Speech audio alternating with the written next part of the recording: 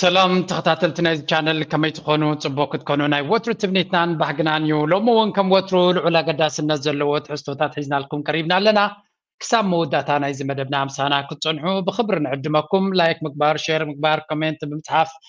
بخلو نزي channel كتحجزو سلا تدخلوا تقبروا حجز دما دقيقنا كنا مزقن نفتو از فيديو از سيلز قبر لكم زلخو نعرا جيزاك حلفنا بحكي زي اكلني زلخو it's just سلام سيز مسلوه يلن طيب حكي سلام اذا فيديو نعهم كرخلو ابتكالت حستيك حسب نديز دلغن حسابي فحت بلليات تي سلتات تي اوزلو تحقق افكتريو خلخس there's a lot of stories اذا ابزس بزح تاريخي زلو بزح زانتاي زلو جن انا ناتي تبنيت ملو يغبرو قصال نزلو يغبرو نباري يغبرو تولد ولدو زسغر يغبرو كابز حلفه بزح جيجاتات تماهيرو لتيو هزبي نزح حجي تفتيرو زلو نجر بكل واقع ناب زبلت نجر نخديب كجبر كخلالو نزز ملكات بزح حستوتات كل ونيجن ازك ما تخينو قدامين لعلو كلن اقداس نجر كنرلنا نزو كلن ندلي دلنا سلام كزرق زخل حيلي نسو مزله ترايو سو معلومه حستناتي one of the thing هذا كابتن نوح وان نستصبغو حجي دما تسفى قراناي تسفى انريالو زلنا مدرك ينسدما بمنقد بامريكا زفصم زل دبلوماسي تشارج دي افير نيرترا وي وكيل امباسي نيرترا اب حبرات منكسات امريكا اتو برهانه جبر هيوت مس ناي ستيت ديبارتمنت نا امريكا اريتريا ديسك اريتريا زبحال مالتيو نا ارترا غداي زكتاتل كم زتراخبو this is نالبات زي حدا كابتي كله زقبر زول بعلم زي ابدوبات كنرو يزنبرنا انا حناسلي نسو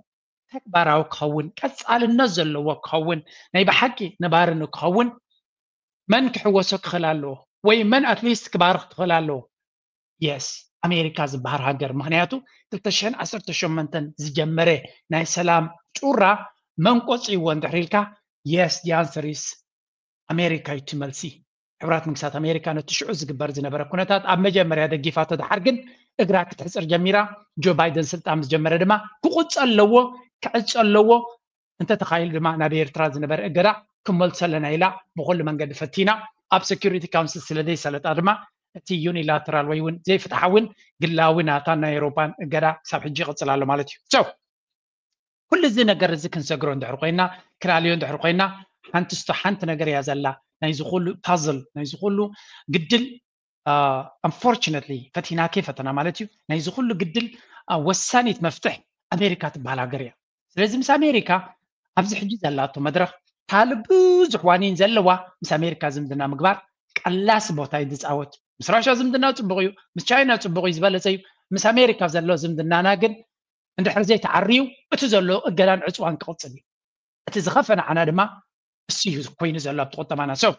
honored to receive in my office and this is very important أنا كم سحلف أمناتي program تساتفكم تنيركم مس أتو أمانيل بيدا ماريان جيرنا زنبرنا thank you فنانا honored to receive in my office this morning Mr. Jonathan Christ the incoming Eritrea desk officer at the Bureau of African Affairs of the U.S. Department of State. Our discussion covered Eritrea's consistent stance on peace and stability in the Horn of Africa and the Red Sea region. Its self-reliant development trajectory and commitment to partnership based on mutual respect and equal partnership. We also explored the potential for more U.S. role in addressing challenges and fostering forward-looking prospects for improved bilateral relations. I conveyed my best wishes for a successful and productive tenure in his assignment. I mean, isn't I ማለት እዩ መጀመርያ እዚ ሕጂ ንሪኦ ዘለና ሚስተር ጆናተን ክራይስ ዝበሃል ዘሎ ናብቲ ሮል ናብቲ ስራሕ ናይ ኤርትራ ወኪል ኣብቲ ስቴት ዲፓርትመንት ኣፍሪካን ኣፌርስ ዝብል ኣብ ትሕቲ ስቴት ዲፓርትመንትን ኣፍሪካ ዝጥምት ማለት እዩ ካብኡ ድማ ናይ ኤርትራ ጉዳይ ዝምልከቶ ሰብ ሕጂ ስርሑ ዝቕበል ዘሎ ምናልባት ገለ ካብተን ቀዳሞት ስጉምትታት ዝገብረን ዘሎ ድማ ምስ እቲ ትክክለኛ ክግበር ዘሎ ምስ ሃገር ኤርትራ ምስ ኤምባሲ ኤርትራ ምርኻብ እዩ ስለዚ ናብ ኤምባሲ ኤርትራ ኸይዱ ምስ መንግስቲ ኤርትራ ተራኺቡ ዝተዘራረበሉ ነጥብታት ድማ ዘሎ ኩነታት ናይ ቀረብ ኣፍሪካን ናይ ቀይሕ ባሕርን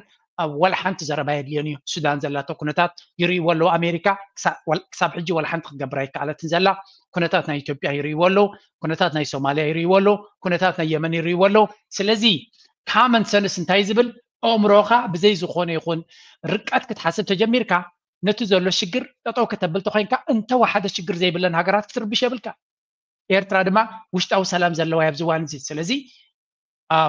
ኣማኑኤል ብቐጥታ ምዝ ሰብ እዚ ኣብ ዝተራኸበሉን ኣምባሳደር ወይ እውን ትራጀዲ ኣፌር ናይ ኣሜሪካ ኣብ ኤርትራ ምስ ዘላ እውን ኣብ ዝተራኸበሉ ኣክልቲኡ ርክባት ሓደ ነገር ይገሊፅሎም ንሳቶም እውን ዝገለፅሉ እንታይ እዮም ኣሜሪካ ኣብ ትሕቲ መርሕነት ናይ ዶናልድ ትራምፕ ፖሊሲ ናታ ሬጂም ቼንጅ ኣይኮነን ኣብ ዝኾነ ሃገር እንታይ ዳ ምስቲ ዘሎ መንግስቲ ክሰርሑ ከም ዝደልዩ ምስቲ ዘሎ መንግስቲ ኣብ ኤርትራ ዘሎ መንግስቲ ምስ ኢና ክንሰርሕ ቅድሚ ሕጂ ኣብ ትሕቲ ኦባማ ዶ ደገለ ዶ ኩሉ ግዜ ምስ ደንበ ተቃዋሞ እዮም ዝሰርሑ ነይሮም ደንበ ተቃዋሞ ክወኪል ኣለዎ ዶ የብሉን ዘርከበ ሰብ ይመፃው ሓደ ሰሙን ምሶም ይራኸብ ብላብላ ይገብር ገለ ዕግሽግሽ ይፈጥር that's it ካል ዝኾነ ነገር ትግበር የለን that's why ን30 ዓመት ንኤርትራ ሃስያ ወሪድዋ ግን ኣሜሪካ ዝኾነ ይኹን ኣጀንዳ ከተሳለ ዘይከኣለ ብግምጣሉ እዚ ሕጂ ንሪኦ ዘለና ድማ ቀጥታ ምስ ሃገር ይራኸቡ ኣለዉ እዚ ፖሊሲ እዚ ድማ ዶናልድ ትራምፕ ባዕሉ ተዛረበ እዩ ባዕሉ ተዛሪቦ ነይሩ ብመንገዲ መልእሉ ምክንያቱ ስለዚ እዚ ሕጂ ንሪኦ ዘለና እውን ካብ ዜሮ ዝተበገሰ ከም ዘይኮነን ክልቲአን ሃገራት ድማ ኢኳል ፓርትነርሽፕ ማዕረ ዝኾነ ሃገር ንሃገር ዝራኸባ ከም ዘላ እምበር ጎይታን ጊላን ኮይንካ ዘይኮነ ማለት እዩ እዚ ሕጂ በቲ መቃን ኣቐዲሙ ተዛሪቦሞ ዝነበሩ ተሪናዮም it just makes sense ወላ ሓንቲ ሓድሽ ነገር የብሉን እቲ መግለፂ ተዋሂቡ ነይሩ ሕጂ ናብ ትግባር ይወርድ ከም ዘሎ ጥራይና ንርኢ እስከዚያ ስምዕዋ of Eritrea. The United States looks forward to strengthening its relationship with Eritrea and to advancing our shared goal of greater peace and prosperity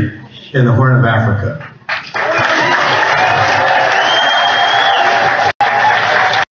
We value the contributions the government of the state of Eritrea can make to regional security and hope to build on this foundation to promote benefits for both of our nations. That was a message from President Trump. We have a separate message from... On behalf of the United States of America, I congratulate Eritreans around the world on the 34th anniversary of Eritrea. On this occasion, we recognize the deep spirit that motivates Eritrean history and culture in promoting peace and prosperity for the Horn of Africa. I look forward to strengthening our relationship with the people and government of the state of Eritrea. ስለዚህ ካብ ክልቲኦም ካብ ፕሬዚደንት ሃገር ኣሜሪካን ከምኡ ድማ ሚኒስትር ጉዳያት ወፃኢ ናይ ኣሜሪካ ማርኮ ሩቢዮን ካብ ክልቲኦም ተመሳሳሊ ምስ ኤርትራ ዘለዎም ዝምድና ከመሓይሹ ይደልዩ ምዃኖምን እቲ ዝምድና መምሕያሽ ድማ ማርኮ ሩቢዮ ክሰርሕ ምዃኑ ሉኪንግ ፎርወርድ ኣብ ዝቕፅል ምስ ኣምባሳደር ናይ ኤርትራ ምስ መንግስቲ ኤርትራ ክሰርሑ ከም ዝደልዩን ገሊፆም ነይሮም ውፅኢት ናቱ ድማ እዚ ሕጂ ዝረአ ዘሎ እዩ ኣብዚ ዓብይ ኮምፕሊመንት ነቲ ናይ ኤርትራ ኮሚዩኒቲ ኣብ ኣሜሪካ ዘሎ ዝገብሮ ዘሎ ስራሕ ካብዛ ኩርሰይ ሓፊለ የቐንየለይ ዝብለኩም ዘለኹ የቐንየልና ምክንያቱ ኣሜሪካ ትፍተወና ትፅላና ኣይኮነን ትሕቶ ተራ ናይ ኣሜሪካ መተካእታ የብሉን ኣሜሪካ ኣብ ታሪክ ናይ ኤርትራ ትፃወቶ ዘላ ኣሉታዊ ኩነታት ዘርዚርካ ዝውዳእ ኣይኮነን ስለዚ ኣክንደ ኣሉታዊ ስራሕ ካብ ግዜ ናብ ግዜ ካብ ወለዶ ንወለዶ ዝሰግር ሓንሳብ ነቲ ዝነበረ ገዲፍና ከምዚ ምስ ትግራይ ምስ ዋሓድ ዝነበረ ፀልእ ገዲፍና ናብ ሰላም ንኸይ ዘለና ምስ ኣሜሪካ እውን ኩሉ ዘሎ ገዲፍና ናብ ሰላም ገፅና ክንጥምት ክንክል ኣለና ስለዚ እዚ ሕጂ ንሪኦ ዘለና ድማ ሓደ ካብቲ ንነዊሕ ህዝቢ ኤርትራ ዝተመነዩ ስለምንታይ ኣሜሪካ ፖሊሲ ናታ ክትቅይር ኢልካ ክትፅበ ከቢድ እዩ ዋጋ ክትከፍል እዩ ዘለካ ንሳቶም ሓደ ሰብ ይውስነልካ ኣይዝክሩኻን እዮም ሽዑ ንዘበናት ትሳቐኸም ኢልካ ስለዚ እዛ ናይ ዘበነ ዶናልድ ትራምፕ ድማ ሓንቲ ካብቲ ክንገብረላ ዝግባአና ወይ እውን ንምነያ ዝነበርና ብዙሕ ሰብ ፀሎት ዝገብረላ ዝምህለለላ እውን ምስ ኣሜሪካ ዘሎ ዝምድና ካብ ናይ ተፃብኦን ኣብ ልዕሊ ኤርትራ ኣውሪዶሞ ዘለው ኩሉ ዓይነት ኣሉታዊ ስእሊ ተኣልዩ ናብ ኣወንታዊ ገፁ ዝቕየረሉ መንገዲ ዝበዝሐ ህዝቢ ኤርትራ ዝመነየ ዝነበረ እዩ ስለዚ ሕጂ እውን ገና ተወዲኡ ማለት ኣይኮነን ግን ፅቡቕ ዝኾነ ተበግሶ ኢና ንርኢ ዘለና ፅቡቕ ዝኾነ ግስጋሴ ኢና ንርኢ ዘለና ኩሉ በቃ ሓንቲ ለበዋ ናተይ ቻርጅ ዲ ኣፌርስ ኣቶ ብርሃነ ገብሪ ሂወት ናተይ ለበዋ ዘድልየ ኣይኮነን ግን ከም ሓደ ቅዱስ ኤርትራዊ እንታይ እየ ዝብል ቅድመ ቀዳምነት ተዋሂቡ እዚ ጉዳይ እዚ ኡፍ ልክዕ ከምዛ ተኽሊ ኣገዳሲ ተኽሊ ኣብ ግራትካ ዘላ ኣብ ኩሉ ግዜ ክንከታተሎ ዘለና ኢና ምክንያቱ ካብ ኣሜሪካ ረጤት ኣይኮንና ንደሊ ከም ኤርትራውያን ሓገዝ ኣይኮንና ንደሊ እንታይ ደኣ ኢዶምን እግሮምን ክእክቡልና እሱ ድማ እቲ ዘየለ ብዘይ ዝኾነ ይኹን ምክንያት ወሪዱ ዘሎ እገዳ ክእለቅ ከም ዘለዎን ቀዳምነት እገዳ እንተተኣልዩ ኤርትራ ብህዝባ እያ ክትምዕብል ናይ ኣሜሪካ ሓገዝ የድልያ ናይ ኤምኤፍ ሓገዝ የድልያ ናይ ወርልድ ባንክ ተተረኺቡ ፅቡቕ እንተዘየለ ግን ኤርትራ መንግስቲ ኤርትራ ድሕሪ እቲ እገዳ ወይ እውን ቅድሚ እቲ እገዳ እውን ነቲ ደገ ዘሎ ህዝቢ ናቱ ሙሉእ ብሙሉእ ንከሳትፎ ከምቲ ፕሬዚደንት ሃገር ኤርትራ ኣብ መዓልቲ ናፅነት ዝበሎ ከም ሳልሳይ ግንባር ኮይኑ ከም ሳልሳይ ኣገዳሲ ባእታ ናይ ቁጠባ ኮይኑ ንክኣቱ ኩሉ ዓይነት መሳለጥታት ኩሉ ዓይነት ስራሕ እንተተሰሪሑ ነዚ ኩሉ ክንገብር ድማ እገዳ እንተተላዒሉ ኦቦይ ኣብ ኤርትራ ክመፅእ ዝኽእል ሰናይ ነገር ብዙሕ ይረኣየካ ሓደ በሉለይ ካልኣይ ካልኣይ ኣሎ እዚ ጥራይ ኣይኮነን ካልኣይቲ ድማ ናብታ ካልኣይቲ ዜና ክንሰግር ምክንያቱ ኤርትራ ዲፕሎማቲክ ማኒቨር ወይ ፅቡቕ ዝኾነ ስጉምቲ እያ ትወስድ ዘላ እቲ ካልኣይ ድማ ምስ ሕብረት ኣፍሪካ ዝተገበረ እዩ እስከዛ ሪፖርት ዝያክበኩም ኣተሓይዘ ሽዑ መግለፂ ከም ስለ ዝኾንኩ ናብ ኣዲስ ኣበባ ፕሬዚደንት ኤርትራ ኢሳያስ አፈወርቂ ናብ አዲስ አበባ ፕሬዚደንት ኤርትራ ኢሳያስ አፈወርቂ ናብ ኢትዮጵያ መልእክቲ ሰይድ ደሎም እቲ ፕሬዚደንት ናብ አዲስ አበባ መልእክቲ ሰይድ ዘሎም ናብ ሕብረት አፍሪካ እዮም እቲ መልእክቲ ድማ ብልኡኽ ኤርትራ ኣብ ሕብረት አፍሪካ ቢንያም በርሀ ናብ ኣቦ ወንበር ሕብረት አፍሪካ ዓሊ ዮሱፍ ተረኪቦሎም ፕሬዚደንት ኢሳያስ ጅቡታዊ ዓሊ ዮሱፍ ኣቦ ወንበር እቲ ሕብረት ምዃኑ እውን ናይ ዮሃና መልእክቲ ይሰይድሎም እቲ መልእክቲ ኢሳያስ ናብ ሕብረት አፍሪካ ትሕዝትኡ እንታይ ምዃኑ ዝተገለጸ ነገር የለን እንተኾነ ግና ሕብረት አፍሪካ መፈጸም ድሌት ምዕራባውያን እዩ ብምባል ዝነቆፎ መራሒ ኤርትራ ኢሳያስ አፈወርቂ ናጽነቱ ክሕሉ ኣለው ዝብል መርገጺ ከም ዘለዎ ብተረጋጋሚ እንክዛረብ ዝስማዕ ይኹን እምበር ኣብ ዝዋን እዚ መንግስቲ ኤርትራ ምስ ኢትዮጵያ ናብ ከቢድ ወጥሪ ኣትዩ ዝርከብ ኮይኖም ኣዲስ ኣበባ ላዕላውነት ኣስመራ ጥሒሳ ባሕርና ተወርር ትዳሉላ ዝብሎም ክስታት እዩ ኣብ ምቕራብ ዝርከብ መንግስቲ ኢትዮጵያ ጉዳይ ኣፍደገ ባሕሪ ናይ ገዘ ጉዳይ እንተዘይኮይኖም ናብቲ ባሕሪ ምእታው ከምዘይተርፍዩ ዝገልጸሎም ኢሳባ ዘተኸም ዘካየደ ተፈሊጦም ብኣፈጻሚ ጉዳያት ኤምባሲ ሃገር ኤርትራ በኢትዮጵያ ንቋም ልኡኽ ሕብረት አፍሪካ ንቁጠባ ኮሚሽን ኣፍሪካ ናቱ ራይት ሕጂ እዚ እቲ ተፈላለየ ዝብዎ ዘሎ ትንተና እንጂ ንሕና ግን በቲ ትኽክለኛ ካብቲ ኦሪጂናል ኣነ ኩሉ ግዜ ካብቲ ቀንዲ ምንጭ ናይቲ ሓበሬታ ዝኸውን ክሪኤ ዝደሊ እቲ ካልእ ሪፖርት ዝብኹም ክሳዕ ክንደይ ዲስቶርትድ ክኸውን ከም ዝኽእልን ክሳዕ ክንደይ ትርጓሜታትን ኢንተርፕሬቴሽንን ከም ዝኣትዎ ክትፈልጡ ኣለኩም ቀጥታ ድማ ኣፍሪካን ዩኒዮን ኣብ ፔጅ ናቱ ዘውረዶ ግን እዚ ነይሩ His Excellency Binyam Berhe, Charge of the Affairs of the Embassy of the State of Eritrea, paid a courtesy call on the chairperson of the African Union Commission, His Excellency Yusuf Mahmoud Ali. During the meeting, Mr. Berhe conveyed his government's congratulations on the chairperson's assumption of office and expressed appreciation for the deepening engagement between the AU Commission and the State of Eritrea. The chairperson reaffirmed Eritrea's valued and active role in the affairs of the African Union. The chairperson also noted Eritrea's strategic location and potential contribution to advancing regional cooperation and development and stability. ስለዚህ ከም ንሪኦ ዘለና እቲ ርክብ መልእኽቲ ፕሬዚደንት ሃገር ኤርትራ ናብኡ ከም ተሰደደ እዩ ዝንገር ዘሎ ልዕሊ ኩሉ ግን ኣብ መንጎ ናይ ኤርትራ ቻርጅ ዲ ኣፌር ኣቶ ቢንያም ብርህን ናይ ሓድሽ ፕሬዚደንት ናይ ሕብረት ኣፍሪካን ተራኺቦም ከም ዝነበሩ ልዕሊ ኩሉ ዋላ ቦግን ኤርትራ ዝተፃሕፈ ክንርኢ ብክልቲኡ ወገን ክሪኦ ስለ ዝደሊ there was another message they didn't integrate it ኣብዚ ምናልባት ኣብዚኣ ታሕቲ ነራትኒ ኤርትራውን ፖስት ገይሮም ስለ ዝነበሩ let us have a look on both sides of the story بخلتي وجن كريا كفتني أمه ኢትዮጵያ ንቋም ልኡኽ ሕብረት ኣፍሪካ ንቁጠባ ኮሚሽን ኣፍሪካ ናቶ ቢንያም ብርሃን ምስ ኮሚሽነር ፖለቲካዊ ጉዳያት ሰላም ፀጥታን ሕብረት ኣፍሪካ ተረኺቡ ሰፊሕ ዘተካይዱ ዝብል ሓበሬታ እውን እዩ ወፂኡ ዘሎ ኢትዮጵያን ኤርትራና ብዝለዓለ ምትፍናና ብዝኣትዋሉ ዘለዋ ወቕቲ ንምንታይ ኤምባሲታተን እዚ ዓፅዋት ዝብል ድማ ብዙሓት ሕቶ ልዕሉሎም ኣብ ዝቐረበ እዋን ኣብ መንጎ ክልቲአን ሃገራት ተፈጢሩ ዘሎ ምትፍናንና ብዳግማይ ጎንፂ ከየምርሕ ስግኣትን ፅላልዩ ኣብ ዘለሎ እዋን ብወገን ኣዲስ ኣበባ ኣፍ ደገ ባሕሪ ንምርካብ ክወሃብ ዝፀንሑ መግለፂታት ዝተወስደ ተበግሶታት بوغن اسمراغون تدغاغمت ግብረ መልሲ ወሃብ ፀንሒዮም ኣብ ዝሓለፈ ክልተ ሰሙን ዝተራእየ ደርባ ቃላት እውን ኣካል ናይትን ዓረገ ዝኸይድ ዘለዎ ጥር ኮይኑ ፕሬዝደንት ኢሳያስ ኣብ መበል 34 ዓመት ጽምብል ነጻነት ሃገር ኤርትራ ብዛዕባ ኢትዮጵያ ዝሃቦ መግለጽነት ምትፍናን ወግዓውነት በመልባስ ነተጻባው ህዝብን መንግስትን ኤርትራ ዝፈሓስ ዘሎ ቁልዑን ስውሩን ሽርሕታት እውን ዘይፈለጥ የለን እንታይ እዩ መደምደምታ ተበጊሱ ዝነበረ ተስፉ ሃንቀውታውን በኒኑ በመባል حجي انتاينا نرد لنا ابزي ون Eritrean press ون تي ان زبلنا إيرترا ميديا ون اوتي ون يرتي حبريتا والتي حجي ابزي بزو نغراتنا كنحسب نخل حدا إيرترا ناب حبرات افريقيا تسدو زلا ملختي ازيو اغداسيو ازخا اكال نايت إيرترا مس إثيوبيا ابي احمد دحزبو زلو كينات دليت كم زي بلا شوهات كم زي بلا and this is لما نمي زغد سنانا سلامنتاي صباحنغو يزبلكم كوينات مستجمره انت تجميرو مالتي ابي احمد تجميرو ايرترا خسعره كنت ابطرطري بلنا نبزي ايرترا خسعره كوينات فديهم لو سلامتايكم نبلا لنا because that's the history تاريخكم يزبلكا every time ኢትዮጵያ مسمم ኮይኖም ይመጹ عوتنا ايرترا يزودونه كوينات this is ولا حنت كم زتعبيت ولا تنكحت زليه كنا كساره كم تقوليم عنوات كورد قوليم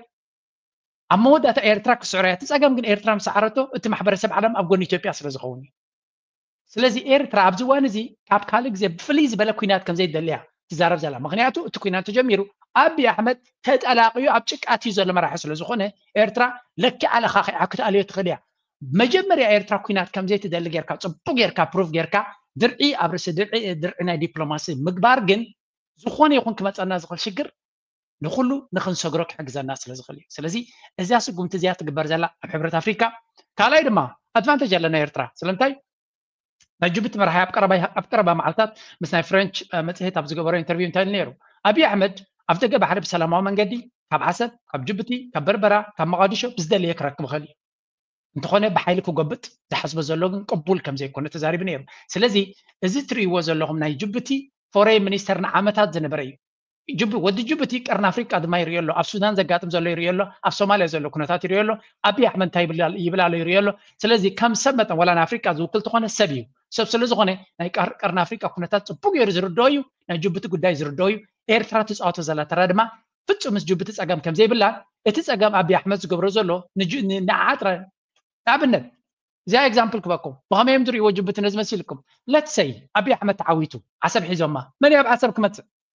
ኢማራት ከንታይ እዩ ንጅቡቲ ፋሕ ከብላ ዘሎ ሓይሊ እዩ ትሪእዎ ኣለኹም ፀገም እቲ ፀገም ኣብ ኤርትራ ክመፅእ ዝኽእል ምናልባት ማለት እዩ ካባና ንላዕሊ ወይ እውን ክንዳና ንጅቡቲ ድመስቃት ኣሎ إمارات زبال جبتك بتناي زلزلو عدل كرهبلا يزلزلو سلازي أب عسب مجيء مالت كل كجبرز خل إنفستمنت اللي جبتنا نسيا طرايقه سلازي إذن ودزن سلت فلت زلو إيرترا بفتصم كدفر عيدلينهم مس جبتو زجبر ودي لكو وتصيت نايز سقات الزينيرو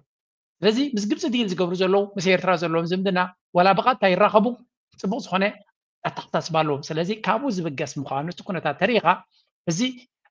chairman أفريقيا خوينو مبرز ون إيرترا was a blessing it is a blessing زي كم chairman خوينو قدم بنايك تشعين شومنتن عصرت حمشنا تحساسبا ناي جبت مراحي ممصا مالت ناي إثيوبيا مراحي أب حرة أفريقيا حمز مصا غيرنا موسدنا أب إسرا إسران حمشنجن ناي جبت فورين مينستر زنبره دبلوماسي ناي أفريقيا ناي قرن أفريقيا كم كبديدو زفلطو حلقلاقات ناتو زردع ناي بحق سافي دبلومات زخونه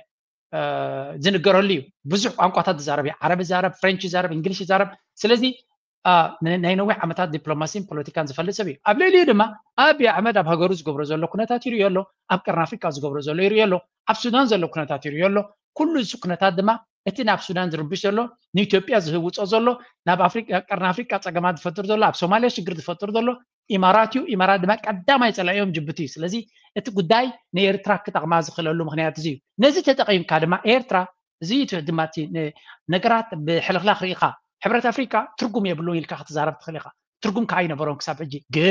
حجي نيرترا كتقما زغل كداي مهنياتو حدا يرترا بفصم كينات يدلني زلا بفصم كينات كم زي يدل زلا دما بتخكلنيا منغدي نتزغبو سب تنغرلا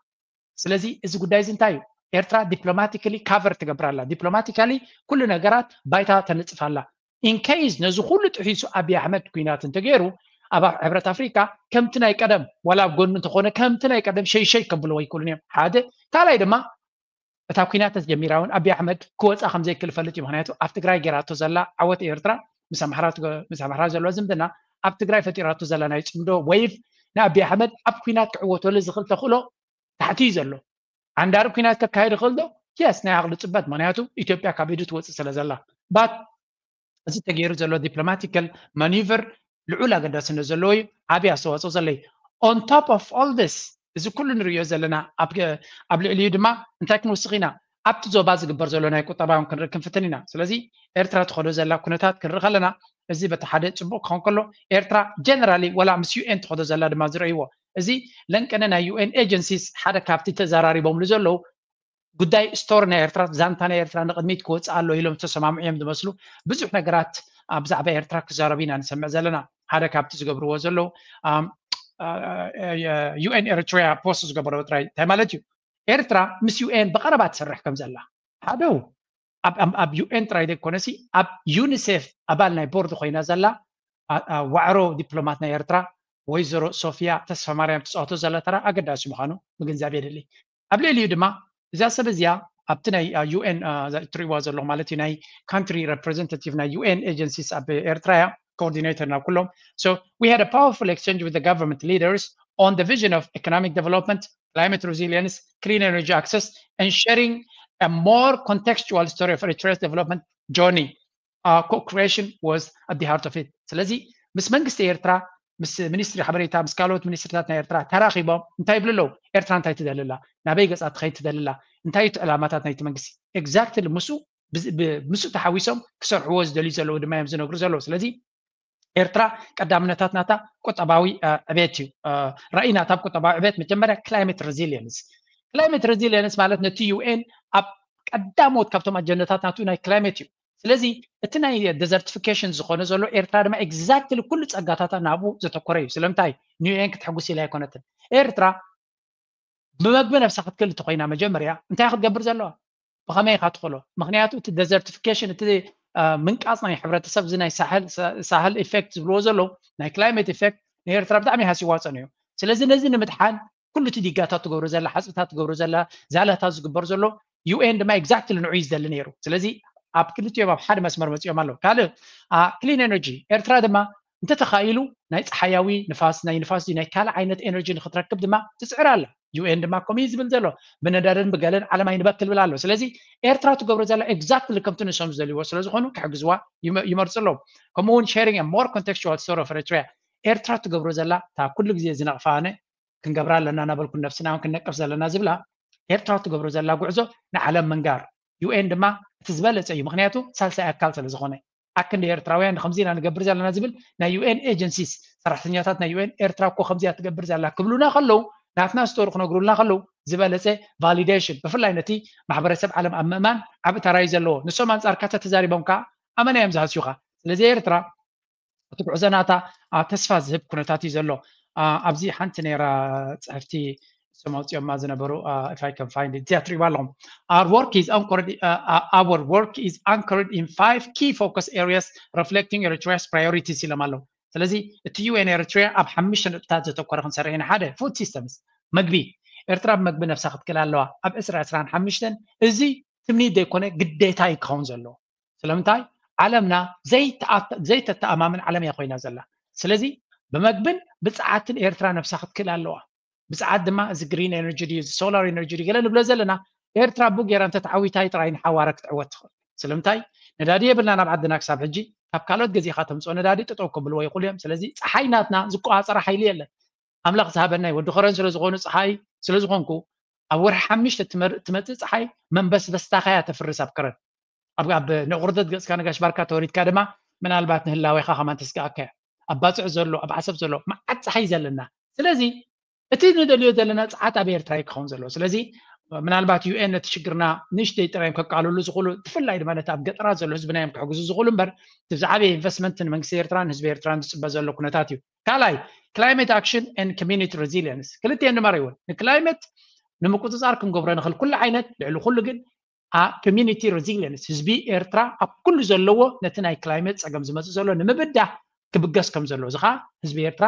ኣብ ገጠራት ዘሎ ዓድታት ኣብ ምዝላይ ድዩ ዲጋታት ኣብ ምስራሕ ድዩ ሓፅብታት ኣብ ምስራሕ ድዩ ክሳተፍ ከም ዘሎ ብዘይ ህዝቢ እዚ ናይ ክላይሜት ዝበሃል ዘሎ ኣብቲ ዓበይቲ ኮንፈረንሳት ናይ ዱባይን ናይ ገለም ኮንካ ፓሪስን ኮንካ ትዛረቦ መፍትሒ የምፅእኒ ህዝቢ ክሳተፎ ክኽእል ኣሎ ሳልሳይ ሶሻል ፕሮቴክሽን እዚ ከዓ ነቲ ህዝቢ ማሕበረሰብ ህዝቢ ኩሉ ፅጉምን ዘይብሉን ካልኡን ኩሉ ነቲ ህዝቢ ዘሳትፍ ነገር ዳታ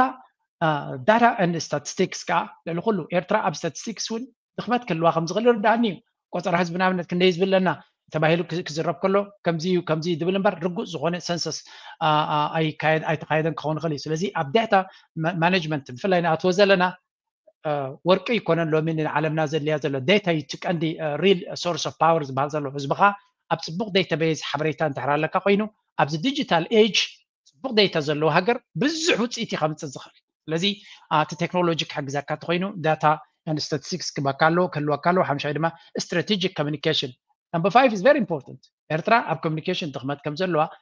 መብዛሕቲ ግዜ ናይ UN ኤጀንሲስ ይነግሩና እዮም ስለዚ ስቶሪ ናይ ኤርትራ ትኩሉ ትገብሮ ዘላ ምዕባለን ግዝጋስን ናብ ብትክክል ናብ ሚድያ መፅኡ ክዝረበሉ ዝኽእል እንተኮይኑ ሓደ ካብቲ strategic communication ናይ ኤርትራ ክመዓራረሉ UN ድማ ኣብኡ ኣስተዋፅኦ ክገብር ምዃኑ ተነጊሩ ኣሎ ስለዚ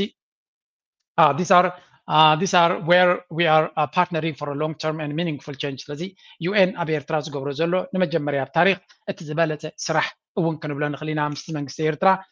ቀደም መሳርሒ ናይ ፖለቲካ ኮይኑ ንሃገር ኣብ ምዕናው ዝሰርሑ ዝነበሩ ኤጀንሲስ ሎሚ ተማሂሮም ኣብ ጎኒ ህዝቢ ነቲ መንግስቲ ነቲ ህዝቡ ክገብሮ ዝደሊ ዘሎ ተልእኾ ኣብኡ ብዘለዎም ፀጋታትን ተመክሮን ካብ ካልኦት ዝመሃርዎን ዘለዎም ፀጋታትን ተጠቒሞም ነቲ ሃገር ኣብ ጉዕዞ ምዕባለ ንክትከይድ ሓገዝቲ ክኾኑ ይፍትኑ ኣለዉ እዚ ብደረጃ ናይ ዓለም ብደረጃ ናይ ሃገርና ክኾን ከሎ ሕጂ ሓንቲ ብደረጃ ኣብ ቀርኒ ኣፍሪካ ትግበር ዘላ ኢንቨስትመንት ድማ ንሪኖ ኣብ መንጎ ኣፍሪካን ኤስያን People will be able to travel between Egypt and Saudi Arabia in about an hour by car. The highway itself will be 30 kilometers long, plus a 10-kilometer bridge that will link Ras Hamid city in Saudi Arabia with Egypt's Sharm el-Sheikh spanning the Red Sea. But it's not a new idea. Ahmed al-Din Nabil is one of the consultants who worked on the concept decades ago. ቀይሕ ባሕሪ ካብ ግብፂ ክሳብ ስዑድ ዓረብ ቢንቶ ክስራሓሉ ምዃኑ ተወሲኑ ኣሎ ስለዚ ሓደ ዓብይ ብሪጅ ከም ትሪእዎ ዘለኹም ካብ ግብፂ ናብ ስዑድ ዓረብ ዘሎ ብቢንቶ ብመኻይን ክትራኸበሉ ትኽእል ኣፍሪካ ምስ ኤስያ ብመኪና ክትራኸበሉ ትኽእል ፕሮጀክት ብ4 ቢልዮን ዶላር ተወሲኑ ከም ዘሎን ስራሕ መዓዝ ክጅምር እዩ ናይ ግዜ ሕቶ እዩ ግን እዚ ክግበር ከም ዝኾነ ስለዚ ኣብ መንጎ ግብፅን ስዑድያን ዝግበር ዘሎ ንግዲ እንታይ ዝፈጥር ዘሎ እቲ ክልቲኡ ኮንቲነንት ክልቲአን ድማ ዘን ሃገራት እዚኣተን ምስ ኤርትራ ርክብ ዘለወን እየን ስለዚ ናይ ክልቲአን ሃገራት ርክብ ነቲ ዞባ ናይ ንግድን ናይ ቱሪዝምን ክገብሮ ስለ ዝኽእል ኤርትራ ድማ ኣብቲ ቀይሕ ባሕሪ ዓቢ ቦታ ዘለዋ ስለ ዝኾነት ካብዚ ፀጋዚ ካብዚ ኢንቨስትመንት እዚ ካብዚ ዝግበር ዘሎ ስራሕ ናይ ሽርክነትን ናይ ቁጠባዊ ዝላን ሃገርና ኤርትራ ኢንዳይሬክትሊ ኣብ ሎንግ ተርም ብዙሕ ክትረብሕ ስለ ትኽእል እዚ እውን ሓደ ካብቲ ተስፋ ዝህበካ እዩ ምክንያቱ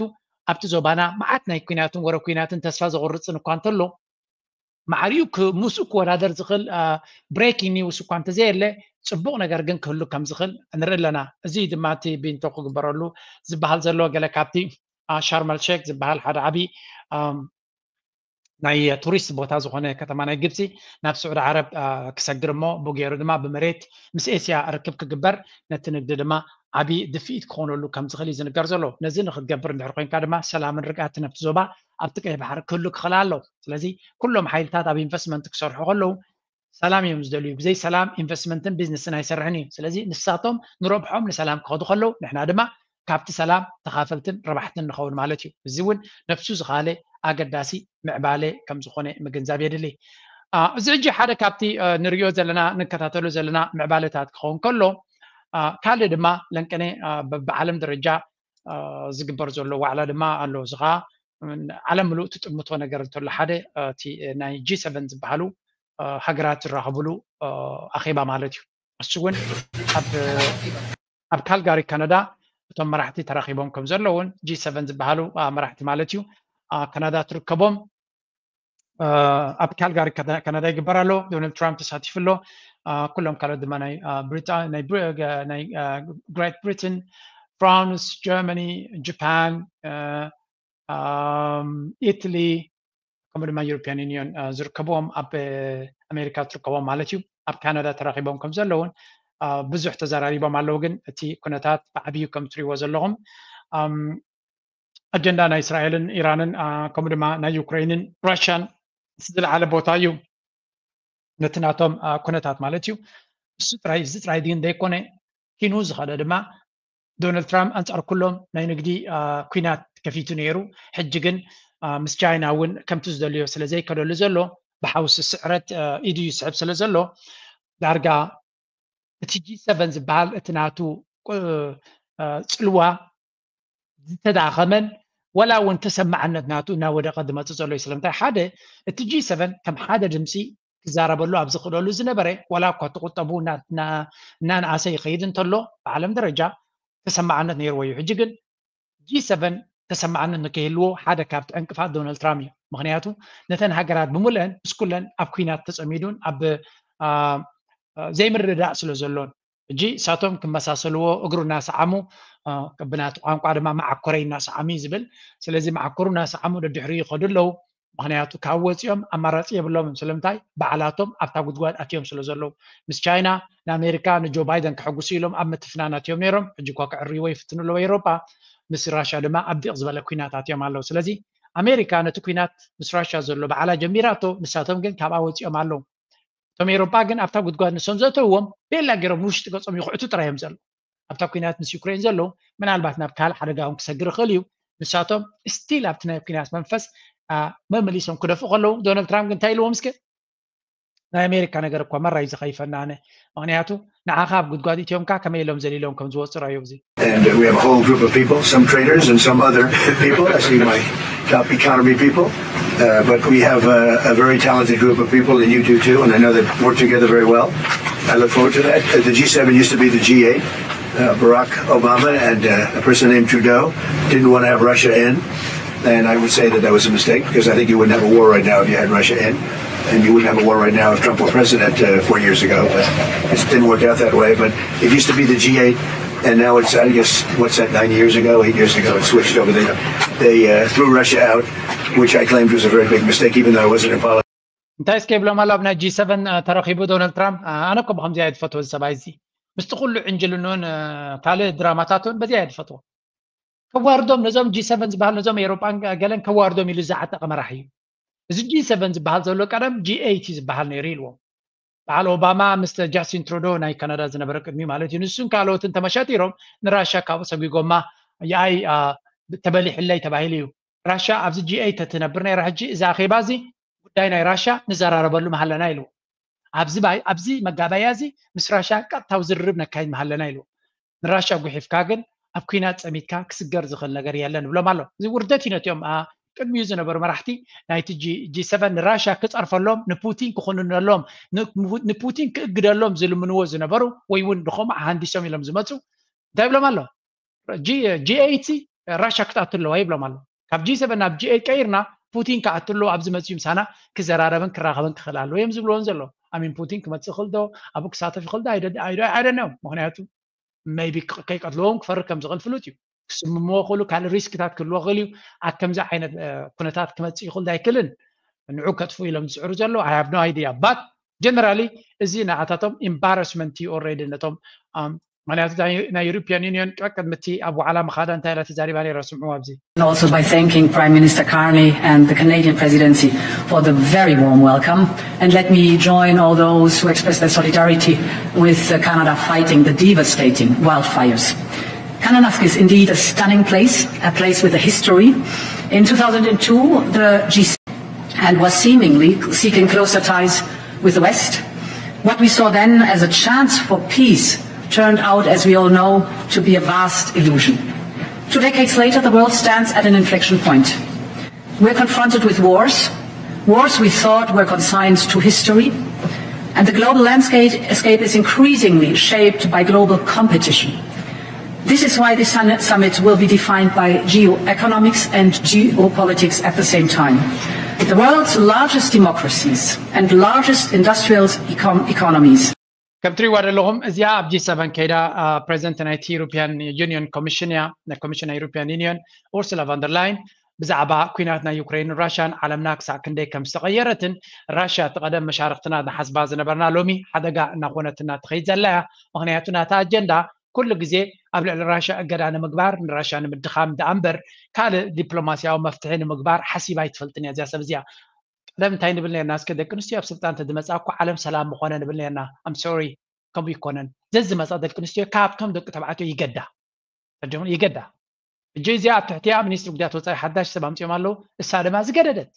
دبلوماسي سلام زبهال أبتناتا ديكشنر زيله سلزي in general اتسلطاني وكمز غبرونبر أو داتن دك تبعته دك كنستيون سلزغوني كونن of course كل تسلطان structure دك كنستيون اسمه انتهي مخونن داريلكم I don't know but in general قبل على دك كنستيون تمسي خاص مفتوح كما تاكاي زبهال زنبره it's an illusion كمز بهال لهم كلهم حريم أو داتهم أنا والدهم أنا بتاكل سمز ديبو كلهم حريم من كوينات غوسغوستن بر مسلام غوسغوست يكونن بحفشا نسا نبوتين كتداغم تسعر دونالد ترامب ما تقمتي له بوتين ابز مغابايازي كمص نيرو يبلالو بحفشا كل زنريو زلنا كنتات كله تمليسنا ترينا جي 7 حدا كومن ويون حدا ناي كلاتهم حدا دمتي حيزو يخيد كم زي كيد زلو نرئ لنا مالتي زغانتاي زريكا امونغوتهم هاغرات زلو زمدناتات يتعتالو كم زي عينت متفنان دما نهاغرات كم بعد تشاينا كلين راشاون ربحايو معناتو زين هاغرات ياتن كل تمري لنا بزو خدالو زنبرا أمريكا تدليو زبالي زخو نيرو جيجن أمريكا ناتا ربحا زيادة كابزياتهم وزعيهم كدليو خلاينا نرزلنا مزخلو زقبر زلو دما I really hope إيرتراون كابزي أدلات زيك تربح عملت أبزي أجندا زي إيرترا تزرب مالتي كونجن generally الزنقرات زي مكتتال زي اليون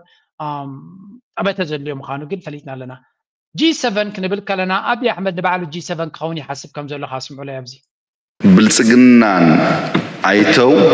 ከሚቋደሱት ከሚኖሩበት ሰዎች መካከል ላልሆን ይችላል ነገር ግን ምንም ጥርጥር የለውም የብልጽግናን ፋውንዴሽን ጥለው ከሚያልፉ ሰዎች ግን አንዱ ነኝ ምንም ጥርጥር የለውም ኢትዮጵያ በ2100 በዓለም ሰባተኛዋ ኢኮኖሚ ትሆናለች በዓለም በ2040 በ2050 ብዙዎቻችሁ ስላላችሁ ታዩታላችሁ ያኔ ሲመጣ ስምዑ ወስከዝ ሰብ ደንም ጠላንም አርት ያስፈልጋል ምክንያቱም ገንዘቡ አለ አዳራሹ አለ ፌስቲቫል ያስፈልጋል አታታታታብዚያ ዘሎ ሰብሲ እንታይ ክንብሎ ንኽእል ማለት ምሕላም ጽቡቕ እንዲዩ ሕልምክ ክልወካ ራእይ ክልወካ ጽቡቕ እንዲ ግን ትፈርስ ዘላ ሃገር ሒዝካ ደ ወደይ ኣብቲ ቀዳምነትካ ኣይተተኩርን እንታይ ዝብሎም ዘሎ ኢትዮጵያ ብብልጽግና ዝኽተሎ ዘሎ በልሕ ስልቲ ናይ ቁጠባዊ ግስጋስን ገለመለን ኣብ 21 ክልተሽሕን ሚእትን ማለት እዩ ካብ ሕጂ ድሕሪ 75 ዓመት ማለት እዩ ድሕሪ 75 ዓመት ኢትዮጵያ ካብቶም G7 ሓንቲ እያ ክትከውን ይብለኩም ኣሎ ሻብዓይ ዝዓበየ ቁጠባ ኣብ ዓለም ክትከውን እያ እዩ ዝብል ዘሎ ምንታይ ዓይነት statistics and projection እዩ ዝጥቀም ዘሎ ኣይርዳእንን ያነ እዞም ኩለን ኣብ ኤስያ ዘለዉ ሃገራት እዚ ኩሉ ኣብ ላቲን ኣሜሪካ ዘሎ እዚ ኩሉ ኣብ ኣፍሪካ ዘሎ ሃገራት እዚ ኩሉ ኣብ ኣሜሪካ ንባዕሉ ራሽያ ንባዕሉ ኣበይ ክእትዎም ነዚኦም ኩሎም ንሱሲ ነዞም ኩሎም ክሰግር ከለሶም ደቂሶም ዲኦም ክፅበይዎ በጢሎም ዲኦም ክፅበይዎ ከምኡ ዝብል ሓደ ስቱፒድ ናይ statistics ፎርሙላ ክህሉ ይኽእል እዩ ምክንያቱ ኢትዮጵያ ኣብ 2021 ኣብ 2100 ሲ ከምዚ ክትከውን እያ ዝብለካ ካብ ከምኡ ክብለካሲ ኢትዮጵያ ድሕሪ 10 ዓመት ከም ሃገር ክትህሉ ዳይትህሉን ኢልካ ስታቲስቲክስ ክትገብር ዘይምኻለለ ማለት ብቁጠባ ከም ድሌትካ ፕሮጀክት ክትገብር ትኽእል ኢኻ ንኣብነት ኢትዮጵያ ከም ሃገር ተቐፂላ ማለት እዩ ኣብ 2100 መበል ሻብዓይቲ ክትከውን ትኽእል ዶ there is a possibility ክንደይ ፐርሰንት ኣይፈልጥን ክትከውን ትኽእል እያ ኩለን ሃገራት መን እያ ላዕላ ክትከውን ድሕሪ 75 ዓመት ዝፈልጥ ሰብ የለን ሕጂ ንፈልጦ probability ሕጂ ዘሎ ግን እቲ ሃገር ክትህሉ ትኽእል ከምዛ ሕጂ ዘለዋ ቅርፂ ኢትዮጵያ ክትህሉ ወላ ኣይትህሉን ዝብል ግን ካብቲ ንሱ ዝሓስቦ ዘሎ ዘረባ እቲ ኢትዮጵያ ከም ሃገር ክትህሉ ኣይትህሉን ዝብል ሕቶ ዝለዓለ ስታቲስቲካል ተኽእሎ ኣለዎ ኢትዮጵያ ክትበታተን ካብ ኢትዮጵያ መበል ሻብዓይቲ ክትከውን እያ ኢልካ ክትዛረብ ኣብ 2025 ኢትዮጵያ ክትበታተን እያ ኢልካ ክትዛረብ ብናይ ስታቲስቲክስ ፎርሙላ እሱ ይዓቢ ዋይ ኣብቲ ሃገር ሓደ ሃገራዊ ስምዒት ዝበሃል የለን ሓደ ክነናቱ ክገብር ዝደሊ ኦሮሞ ናይ ኦሮሞ ዓባይ ሃገር ይደሊ ኣምሓራ ናይ ኣምሓራ ሃገር ይደሊ ትግራይ ይደሊ ሶማሊ ይደሊ ኣፋር ይደሊ ካልካል ይደሊ ስለዚ ነዛ ሃገራዊ ስምዒት ዘይብላ ከም ሃገር እውን ዘይቆመት እሞኻ ብሓንሱስ ሃገራውነት ኣይሃለኻ ፀቓቒትና ከነምፅኦ ኢና ክትብል ትኽእል ኢኻ ኣብ ኩናት ትሕድ ዘላ ሃገር ንሓድሕዳ ትባላዕ ዘላ ኣብ ብብረት ትቃፀል ዘላ ብድሮናት ትቃፀል ዘላ ሃገር ኣብ ንሓደ ሰብ ጥዑይ ርእሲ ንዘለዎ ኣብ ዓለም መበል ሻብዓይ ቁጠባ ክንከውን ኢና ክትብል ብሰላምን ብርግኣትን ዝምዕብሉ ዘለዎ ሃገራሲ ኣብ ኩናት ከለካ ርኪበካ ሓልፎም ኢልካ ክትምካሕሲ ቦይድስ ኣብ ካልእ ዓይነት ደረጃ ናይ ኢሉዥን እንዲ ዘሎ ኣብ ህውተታ እንዲ ዘሎ ሰብ እዚ ከም ድሌቱ ይሃውትት ፀገም የብሉን እቶም ዶናልድ ትራምፕ ነዚታት እንኳ ጥራይ ቁፅሪ ሓደ ክኸውን የበሎ ዶናልድ ትራምፕ ዝሰምዓ ነይሩ ካልእ ስጉምቲ መወሰደሉ ነይሩ ምክንያቱ ስሜታዊ ስለዝኾነ ከምኡ ብሓፈሻ እቲ ዝበሃል ዘሎ ዘረባ ዶናልድ ኣብይ ኣሕመድ መበል ሻብዓይ ዲ ክኸውን መበል 170 ዲ ክኸውን ንዑ ዝምልከት ኮይኑ ንኢትዮጵያ ዝምልከት ኮይኑ እቲ ዘረባ ናቶም ብዋጋ ናይ ካልኦት ሃገራት ይደልይዎ ከም ዘለዉ ግን ምፍላጥ የድሊ ኩሉ ዝበሃል ዘሎ ዘረባ ናብታ ናይ ኣፍ ደገ ባሕሪ ዝብልዋ ኣጀንዳ ተጠማዝዛ ቅርባችን ስለሆነ በቀጥታ የደህንነት ስጋትና የሉዓላዊነት ችግር ስለሚያመጣ እዛ ርቀን ወደብ ሸቀጥ ነው ብለን አሁን ደግሞ ለሻዕቢያ ለመቀጠር ያለው ሽርጉድ ሊነግራችሁ አልችልም። ሰዎች ለሻዕቢያ ለመቀጠር ሽርጉድ እንደሚሉት ከናንተ ተምረው ቢሆንስ 2 ዓመት ለሚጠጋ ጊዜ የእርሱ አለቃ ፊሊጶስ ወልደ ዮሐንስ እንደነበሩ ዘነጉትን አበባው ታደሰን የሚያዟቸው እነ ጄኔራል ሐሊባይ እንደነበሩ ተዘነጋ። እነ መሐመድ ተሰማን በዚህ ግባና በዚያ ውጣ ይሏቸው የነበሩት እነ ጄኔራል ርዕሲ ምራህ አልነበሩምን? የመሰለ መሰረት አለቃ ሐዱሽ ኤፍሬምና ሮመዳን አወሊያ እንደነበሩ እንታይ እስከ ብሎም አለው አታታታ ብዛ ኢትዮጵያ ዘሎ ድራማ እኮ ዘይውዳእ ምዃኑ ማለት እዩ ጁላ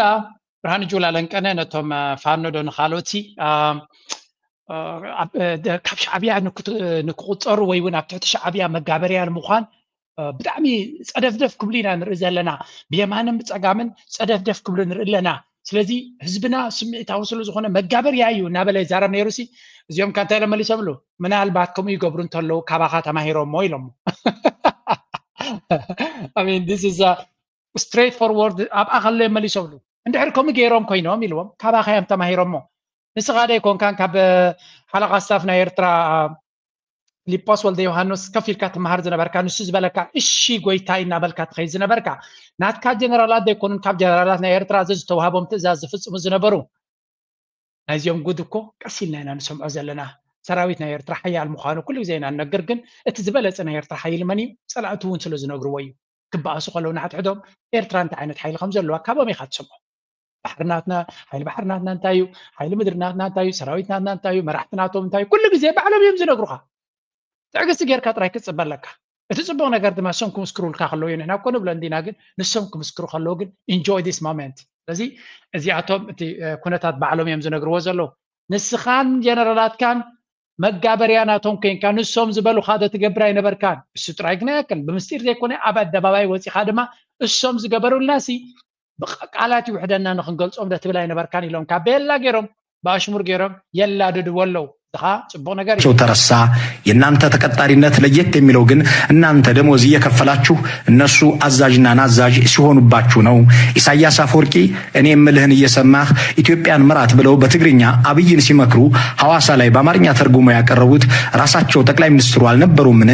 የኤርትራ የውጭ ጉዳይ ሚኒስትር ሆኛለሁ ብሎ ለሌላ ሀገር ብሔራዊ ጥቅም አገልጋይ እንደሚሆን የተናገረውስ የኢትዮጵያው ጠቅላይ ሚኒስትር አይደሉምን መቀጠርንማ የኦህዴድ ብልጽግና ይቀጠራት ብሎ የሚከራከር ሰው የሚከተለው ንግግር እማኝ ማድረግ ይችላል ኤርትራን በሚመለከት በተለያየ መድረክ ስናገር ከሰማችሁ ዛሬ ኦፊሻሊ ክቡር ፕሬዝዳንት ኢሳያስ የኤርትራ ውጭ ጉዳይ ሚኒስቴር ስራ እንድሰራ ስልጣን ስለሰጡኝ በየሄድኩበት በሐፈሻ እዚህ ሰብዚ እንታይ መخبلكم አሜን እዛ መልሐስናቱ እንታይ ደይበለት ማለት እዩ እጂ ነዚ ዘረባዚ እቶም ቦገን ኤርትራ እንታይ ዝበሃል ነይሩ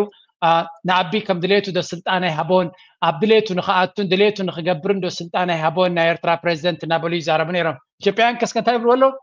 እዚ ንሃገሩ ጠሊሙ ናይ ኤርትራ ፎሬን አጀንዳ ንኸሳልጥ ነቲ ስራሕ መቕባሉ ጥራይ ዘይኮነሲ ከም ሓደ ዓቢ ሽመት ገይሩ ዝዛረብ ዝነበረ መራሒ ترجعون لهم فورين منستر تايز جبر نحن تهاجر نه وضعي بوليسناتا نتناتا استراتيجي مسلا تسرح حساب مالتيو سلازي انتايز كيف لولو ناي بريزيدنت هاجر إيرترا ناي وضعي بوليس نختكبرلو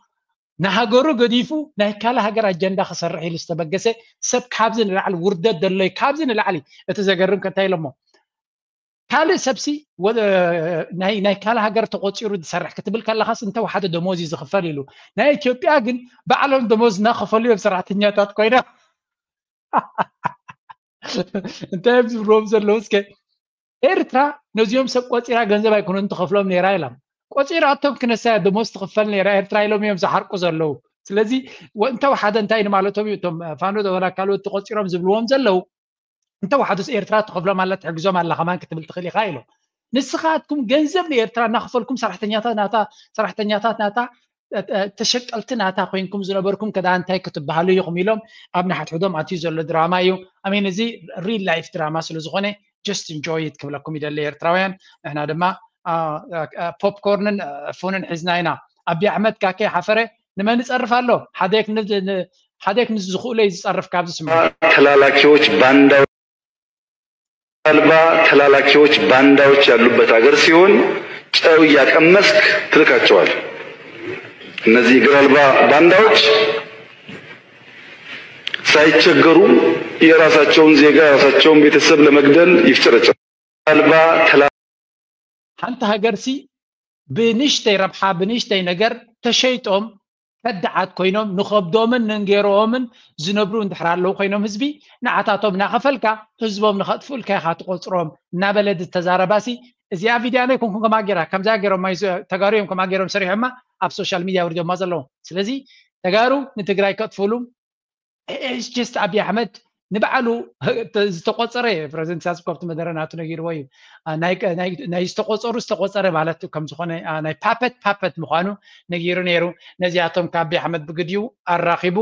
በል ይብሎም ከም ዘሎ ኢና ንርኢ ዘለና ምናልባት እንተተሰሚዕዎም ሓደ ቆልዓ ምኽሪ ሂብዎም ኣሎ ብኣገርና እውን ክንውድኦ ነዚ ጉዳይ እዚ እናንተ ሀገራችን መሪዎች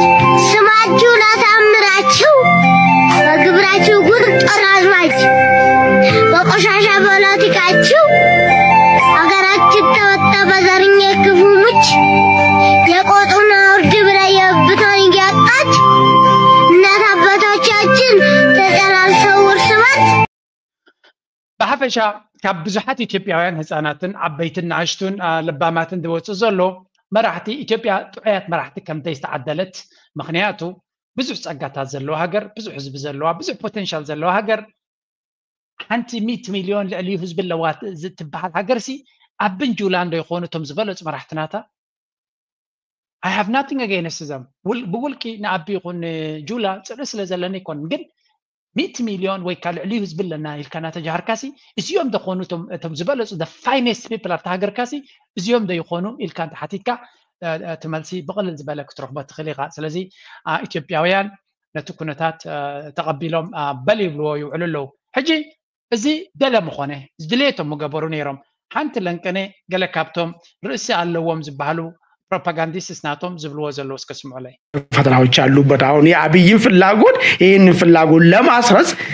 እንዳይሰርጽ የሚያደርገው ወይ ደግሞ እንዳይሳካ የሚያደርገው የባህር በር ጉዳይ የመጀመሪያ ድንባን አንደኛ ላይ የሚቀመጠው በዶክተር ደብረጽዮን የሚመራው የህወሓት ቡድን የባህር በር ጉዳይ እንዳይሳካ አደገኛ ፈተና ይሆናል የሚለው ነገር ለምንድን ነው ፈተና የሚሆነው የሚለው ጉዳይ ቅድም ለማንሳት እንደሞከርኩ ዝም ብሎ አይደለም ጠፍቷቸው አይደለም የነሱ ቲንከር የሚባለው እነመለስ በነበሩበት ዘመን ነው ቀይ ባህር ኢትዮጵያ ቀይ ባህር እንድትገለል ሲሪየስሊ ያሰቡበት መንገድ ስለነበረ ነው ሕጂ እንታየም ዝብል ዘለው እዚአቶም ኢትዮጵያ ናይ ባሕሪ ሕቶ ከምዘይ ሰልጣ ባዕሎም እዮም ዝዛረቡ ዘለው ከምዘይ ሰልጣ ቅድሚ ሕጂ ቀይ ባህሪ ስለምንታይ ካባና ኸይዱን ዝብል መለስ ዝመርሖ ዝነበረ ወይ እውን መለስ መራሒ ህወሓት ምስ ኤርትራ ይሰርሕ ስለ ዝነበረ እዩ እቲ ኣብ ደገ ባሕሪ ክርከብ ዘይከኣለ እዮም ዝብሉ ዘሎ ተርዲኹም ኣለዎም ሕጂ ኣብዚኣ ዝተብሉላ ሕጂ ድማ ህወሓት ምስ ኤርትራ ይሰርሕ ምህላው ኩሉ እቲ ንደልዮ ዘለና ኣጀንዳ ክሰልጥ ኣይክእልን እዩ እታ ናይ ኦሮሙማ ትበሃል ፕሬዚደንት ኢሳያስ ትንክፍ ዘበላ ብጋሕዲ ክዛረበላ ከሎ ግን ሕጂ ስምዑ ናብቲ ህወሓት ከይተመለስኩ ከሎ ብዚያ ስምዑ ላይ ጥያቄ ስናነሳ ኢሳያስ ጋር ሄደን ግጭት ውስጥ መግባታችን አይቀርም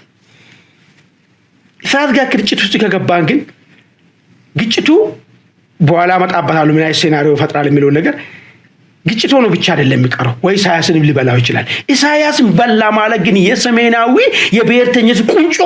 አከርካሩት ሰበረ ማለት ነው አከርካሩት ሰበረ ማለት ነው የትግራይ ብሔርተኝነት እኮ ምን ይያየ ነው የሚለመልመው የኢሳያስና ኤርትራን ብሔርተኝነት ይያየ እኮ ነው የሚለመልመው እኮ የኤርትራ ብሔርተኝነት አንዴና ለመጨረሻ ዲፊ ሰማው ኣለኹም this is it I mean ንጹር ዝኾነ ዘረባይም ትዛረብ ዘለው ኣብ ኤርትራ ዘሎ መንግስቲ ኣብ ኤርትራ መንግስቲ ምህላው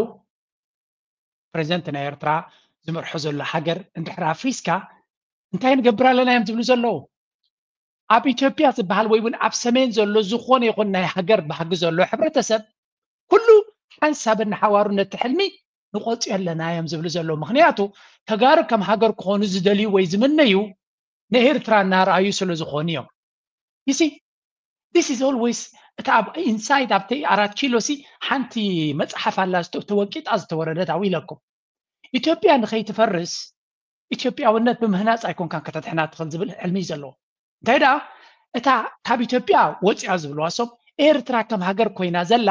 ንካልኦት ኣብ ኢትዮጵያ ዘሎ ክልላት ትግራይ ድዩ ኦሮሚያ ድዩ ኣምሓራ ድዩ ዓፋር ድዩ ሶማል ድዩ ደቡብ ድዩ ብዘይገድስ ሃገር ክኾኑ ዝደልዩ ሃገር ምዃን ከም ዝከኣል ተቃሊስካ ከም ዝብጻሕ ኣርኣያ ዝኾነትሎም ሃገር ኣብ ሰሜን ኣላ ኢሎም ስለ ዝኣምኑ እዩ ስለዚ ኣብ ኤርትራ ዘሎ ሕልሚ ምቑፃይ ዓሰብ ኣይኮነን ሕልሚ ንኤርትራ ከም ሃገር ከም ትጠፍእ እንድሕር ጌርካ ሃገር ዝበሃል ውላዊ ሃገር ኤርትራ እንድሕር ኣኽቲሙ ተጋሩ ሕልሚ ክህልዎም ኣይኮነን እዮም ዝብሉ ዘለው ኣምሓሩ ኣይጠቕስዎም እዮም ኣምሓሩ ብሽሞም ምክንያቱ እቲ ናይ ሃገር ስምዒት ከም ተጋሩ ኣብ ኣምሓራ ሃገር ክትከውን እያ ዝብል ስለዘየለ ብግምጣሉ ኣብ ኦሮሞ እዩ ዘለኹም እቲ ናይ ኦሮሞ ቃልሲ ንኤርትራ ዝጥምት ዝነበረ ቃልሲ ነይሩ ምክንያቱ ኦሮሞ ከም ሃገር ክኾኑ ዝደልዩ ዝነበሩ ኦሮሞ ሃገር እያ ዝብል ባንዴሮኦም ሒዞም ኦሮሞ ከም ሃገር ክትከውን ዝደሊ ቃልሲ ስለ ዘለዎ እቲ ሸነ ዝበሃል ንዑ ስለ ዝቃለ ዘሎ ስለዚ እቲ ናይ ሰሜን ሕልሚ ዝበሃል ዘሎ ተጋሩ ጽቡቕ ጌሮም ትፈልጥዎ ነዚ እቶም ብልሕ ዝበሉ ተጋሩ ክንደይ ግዜ ይዛረቡ እዮም ከስማዓኩም የጽንሕ ኢሎም ስለዚ this is always the agenda ንኤርትራ ምእላይ ማለት ኣብ ኢትዮጵያ ቃልሲ ክዕወት ከም ዘይክእል ብፍላይ ናይ ትግራይ ሕልሚ ንናይ ትግራይ ከም ሃገርን ገልን ዘሎ ሕልሚ በን ጌርካ ክትቆትሎ ንትግራይ ብምሕዋስ ኣይኮንካ ትቆትሎ ምክንያቱ ከም ብሓድሽ ቃልሲ እዮም ንናይ ኤርትራ ሃገር ከም ሃገር ምህላዋ እንተጥፊኻ ጥራይካ ክትዕወተሉ ትኽእል ዝብል ሕልሚ ዘሎ እንተደይ ክኢልካ this is a second part of the ጠቕሳኒ ንኤርትራ ከም ሃገር ክትኣልያ እንተደይ ክኢልካ ግን እንታይ ክትገብር ኣለካ ኣዝያ ድኻ ፍጹም ተስፋ ዘይብላ ሃገር ክትገብር ኣለካ ስለምንታይ ነቶም ካልኦት ካብ ኢትዮጵያ ተገንፂሎም ሃገር ክኾኑ ዝደልዩ ከም ኤርትራ ክንገብረኩም ኢና ከም ኤርትራ ክትኮኑ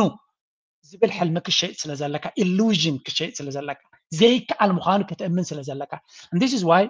ኢትዮጵያ ብፍጹም ኤርትራ ክሰርሕ ዘይትኽእል ዝብለኩም ኢትዮጵያ ምስ ኤርትራ ክሰርሕ አይደለና ምክንያቱ ኤርትራ ምዕባል ማለት ኢትዮጵያ ንክትፈርስ ይዝገብር ብግምጣል እዩ ካይም ዝብሉ ሰብ ኤርትራ ንክትምዕብልቲ ካብ ኢትዮጵያ ክትረብሕ ኣለዋ ዝብል ሓሶት እዩ ኤርትራ እንተማዕቢላ ካልኦት ክልላት ኣብ ኢትዮጵያ ዘለዋ ከም ኤርትራ ክኾና ክፍትና ኢትዮጵያ ዝበሃል ድማ ዲስኢንቴግሬሽን ዝበሃል ናቱ ብወግዒ ኣብ ተግባር ክኸውን እዩ ማለት ስለዚ እቲ ሕልምናቶም ብግልፂ ይነግሩካ ኣለዉ ብግምጣሉ ኣይኮነን ዝነግሩና ዘሎ ሓንቲ ሓፍትና ቅድስቲ ኤልሳቤት ሃይለ ትበሃል ኣብ ኤክስ ኣሲራቶላ ነዚ ነቲ 85 ናይ ኦሮሞ ስኮላርስ ኣንጻር ኤርትራ ንኦሮሞማ ኣብይ ኣሕመድ ከም ኣጀንዳ ተጠቂሙ ንህዝቢ ኦሮሞ ዘይውክል ግን ነታ ኣጀንዳ ተጠቂሙ ዓባይ ሃገር ኣብ ምስራሕ ይኸይድ ኣሎ ክብል ከሎ ኤግዛክት ነዚ ሕጂ ንዛረበ ፀናሕና የገሊፅ እሱ ንሳቶም እቲ ሕልሚ ናይቲ ኢሊት ናይ ብልፅግና ኣብ 4 ኪሎ ስልጣን ንክቅፅል ድሕሪ ኮይኑ ኤርትራ ጠርኒፍካ ኣብ ኢትዮጵያ ድማ ከም ሃገር ክኾኑ ሕልምን ዘለዎም ጌርካ ንምቕፃይ ዘሎ ንዑ ከተንብሂል ተዛሪቡ ንሳቶም ግን ትዊስት ገይሮም ኤርትራ ነቲ ኣብ ውሽጢ ኢትዮጵያ ዘሎ ዳይናሚክስ ኣብ ኩናት ሓድሕድ ንክትእቱ ትሰርሕ ስለ ዘላ ብምባል ከሲሶም ነይሮም ንሳ ድማ ነዊሕ ዝበለ ኣርቲክል ፅሒፋ ኤርትራውያን መንግስቲ ኤርትራ ወይ ፕሬዚደንት ኤርትራ ዝበሎ ዘረባ ጠዋዊኹም ኣይትግበሩ ወይላ ኬትኩም ኣብ ኤክስ ኣንብብዋ ነዋሕ ስለ ዝኾነት ሕጂ እቲ ግዜ ስለ ዘይብለይ ኩላ ክገብራ ይክእልኒ ልዕሊ ኩሉ ግን ንሓፍትና ኤልሳቤት ሃይለ ከመጉሳት ዝደሊ እንታይ እዩ ከምዚ ዓይነት ፅሑፋት ኣብ ኤክስ ክተውርድ ከለካ ክንደይ ሰባት ኣንቢቦማ ኣገዳሲ ኣይኮነን ኣገዳሲ እንድዩ ግን ሼር ክንገብሮ ኣለና ልዕሊ ኩሉ ኣገዳሲ ግን እንታይ ፈልጥኩም ኣለዎም እቲ ኣርቲፊሻል ኢንተሊጀንስ ሓደ ኣገዳሲ ሓበሬታ ነቲ ንሳቶም ገይሮሞ ዘሎ ኣርቲክል ካውንተር ዝገብር ሓበሬታ ብወገን ኤርትራ ይወርድ ከም ዘሎ artificial intelligence ወይ ካዝ ዝፈጠሮ ብልሒ ድሕሪ 2-3 ዓመት ሕጂ እንተደይ ኮይኑ ማለት ድሕሪ 2-3 ዓመት ሰብ ኣብ ጉግል ክኸይድ ኣይኮነን by the way ጉግል search engine ናይ ጉግል 90% ጎዲሉ ከም ዘሎ ይዝንገር ስለምንታይ ሰብ ኣብ ጉግል ከይደ ሓትትን እዩ ኣነ ጠቕላላ ገዲፈ ኣብ ጉግል ሰርች ኣይገብርኒ ኣብ AI ሰርች ዝገብር artificial intelligence ሰርች ዝገብር ጉግል ግን ነፍሶም ሪኢንቨንት ገይሮም ጀሚናይ ዝበሃል ኣምፅኦም ኣለዉ ጉግል ጀሚናይ ከፊልካ ክትጥቀመሉ ኣነ ይጥቀመሉ ክሓትት ከለኹ search engine link ኣይኮነ ዘምፃለይ ቲ ጀሚናይ ዝበሃል artificial intelligence ናቶም ዝበለፀ ሓበሬታ ስኩዝ ገይሩ ንሱ ዘምፃለይ ስለዚ ወይ እውን ኣብ ቻት ጂፒቲ ከይድ ካልእ ናይ ጉግል ግሮክ ናይ ኤክስ ግሮክ ዝበሃል ኣሎ ስለዚ እንታይ ማለት እዩ እቲ artificial intelligence ነቲ ሓበሬታ ንሕና ኖበይና እንተደይሂብናዮ ፅባሕ ንጎ ብዛዕባ ቀይ ባሕሪ ዝሕተት ኢትዮጵያውያን ዝገበሩ ኣርቲክል ጥራይ እንድሕር ዝኣትሎ ኮይኑ ንዑይ መልሲ ክህብ እቲ artificial intelligence ምክንያቱ እንታይ ክጥቀም ዝኽእል 15 ዝኾነ ኣርቲክልስ ከንብብ እዩ ቀልጢፍ ማለት እዩ ካብ ኩላትን ፀሚቑ ዝሓሸ ወይ እውን ንኩለን ርዩ ዝበለፅ ኣርጊመንት ዘሎ ወይ እውን ዝበፅሕ ግዜ ዝደጋገም ሓቂ እዚ ማለት ኢሉ ከምኡ እዩ ማለት ካልእ ኣብ ዓለምሲ የለን ዘሎ መፅናዕታት ኣንቢቡ ፀሚቑ እቲ ዝበለፅ ሓበሬታ እዚ ክኸውን ዝኽእል ኢሉ ነቲ ናይ ኢትዮጵያ ናራቲቭ መልሲ ከምፅ እዩ እዚ ኸ ስለምንታይ ከም ኮይኑ ንሕና ነቲ ዘሎ ሓበሬታ ብትክክል ክንፅሕፍ ስለ ዘይከኣልና ከነበርክት ስለ ዘይከኣልና ክንነግር ስለ ዘይከኣልና ስለዚ ንሕና እውን ነፍስና ኣብቲ ፀገም ኣካል ናይቲ ፀገም ንኸውን ከም ዘለና ምግላፅ የድሊ ስለዚ ኣጋይን ዝክፅሕፍ ዝኽእል ኤርትራዊ ብእንግሊሽ ክፅሕፍ ዝኽእል ብስቪንስካ ክፅሕፍ ዝኽእል ብጀርመን ክፅሕፍ ዝኽእል ብፍሬንች ክፅሕፍ ዝኽእል ብኖርዌይ ክፅሕፍ ዝኽእል ብጥልያን ክፅሕፍ ዝኽእል ብዓረብ ክፅሕፍ ዝኽእል ኣጋይን ብዓረብ ክፅሕፍ ዝኽእል ብትግርኛ ክፅሕፍ ዝኽእል እውን ክፅሕፍ ኣሎ ብብሌን ዲኻ ብትግረ ዲኻ ብካልእ ኩሉ ክፅሕፍ ትኽእል ፀሓፍ ስለምንታይ እቲ ፀሓፍካዮ እዩ ነቲ ኮንተንት ናይቲ artificial intelligence ሼፕ ዝገብሮ ስለዚ ነቶም ቀፃሊ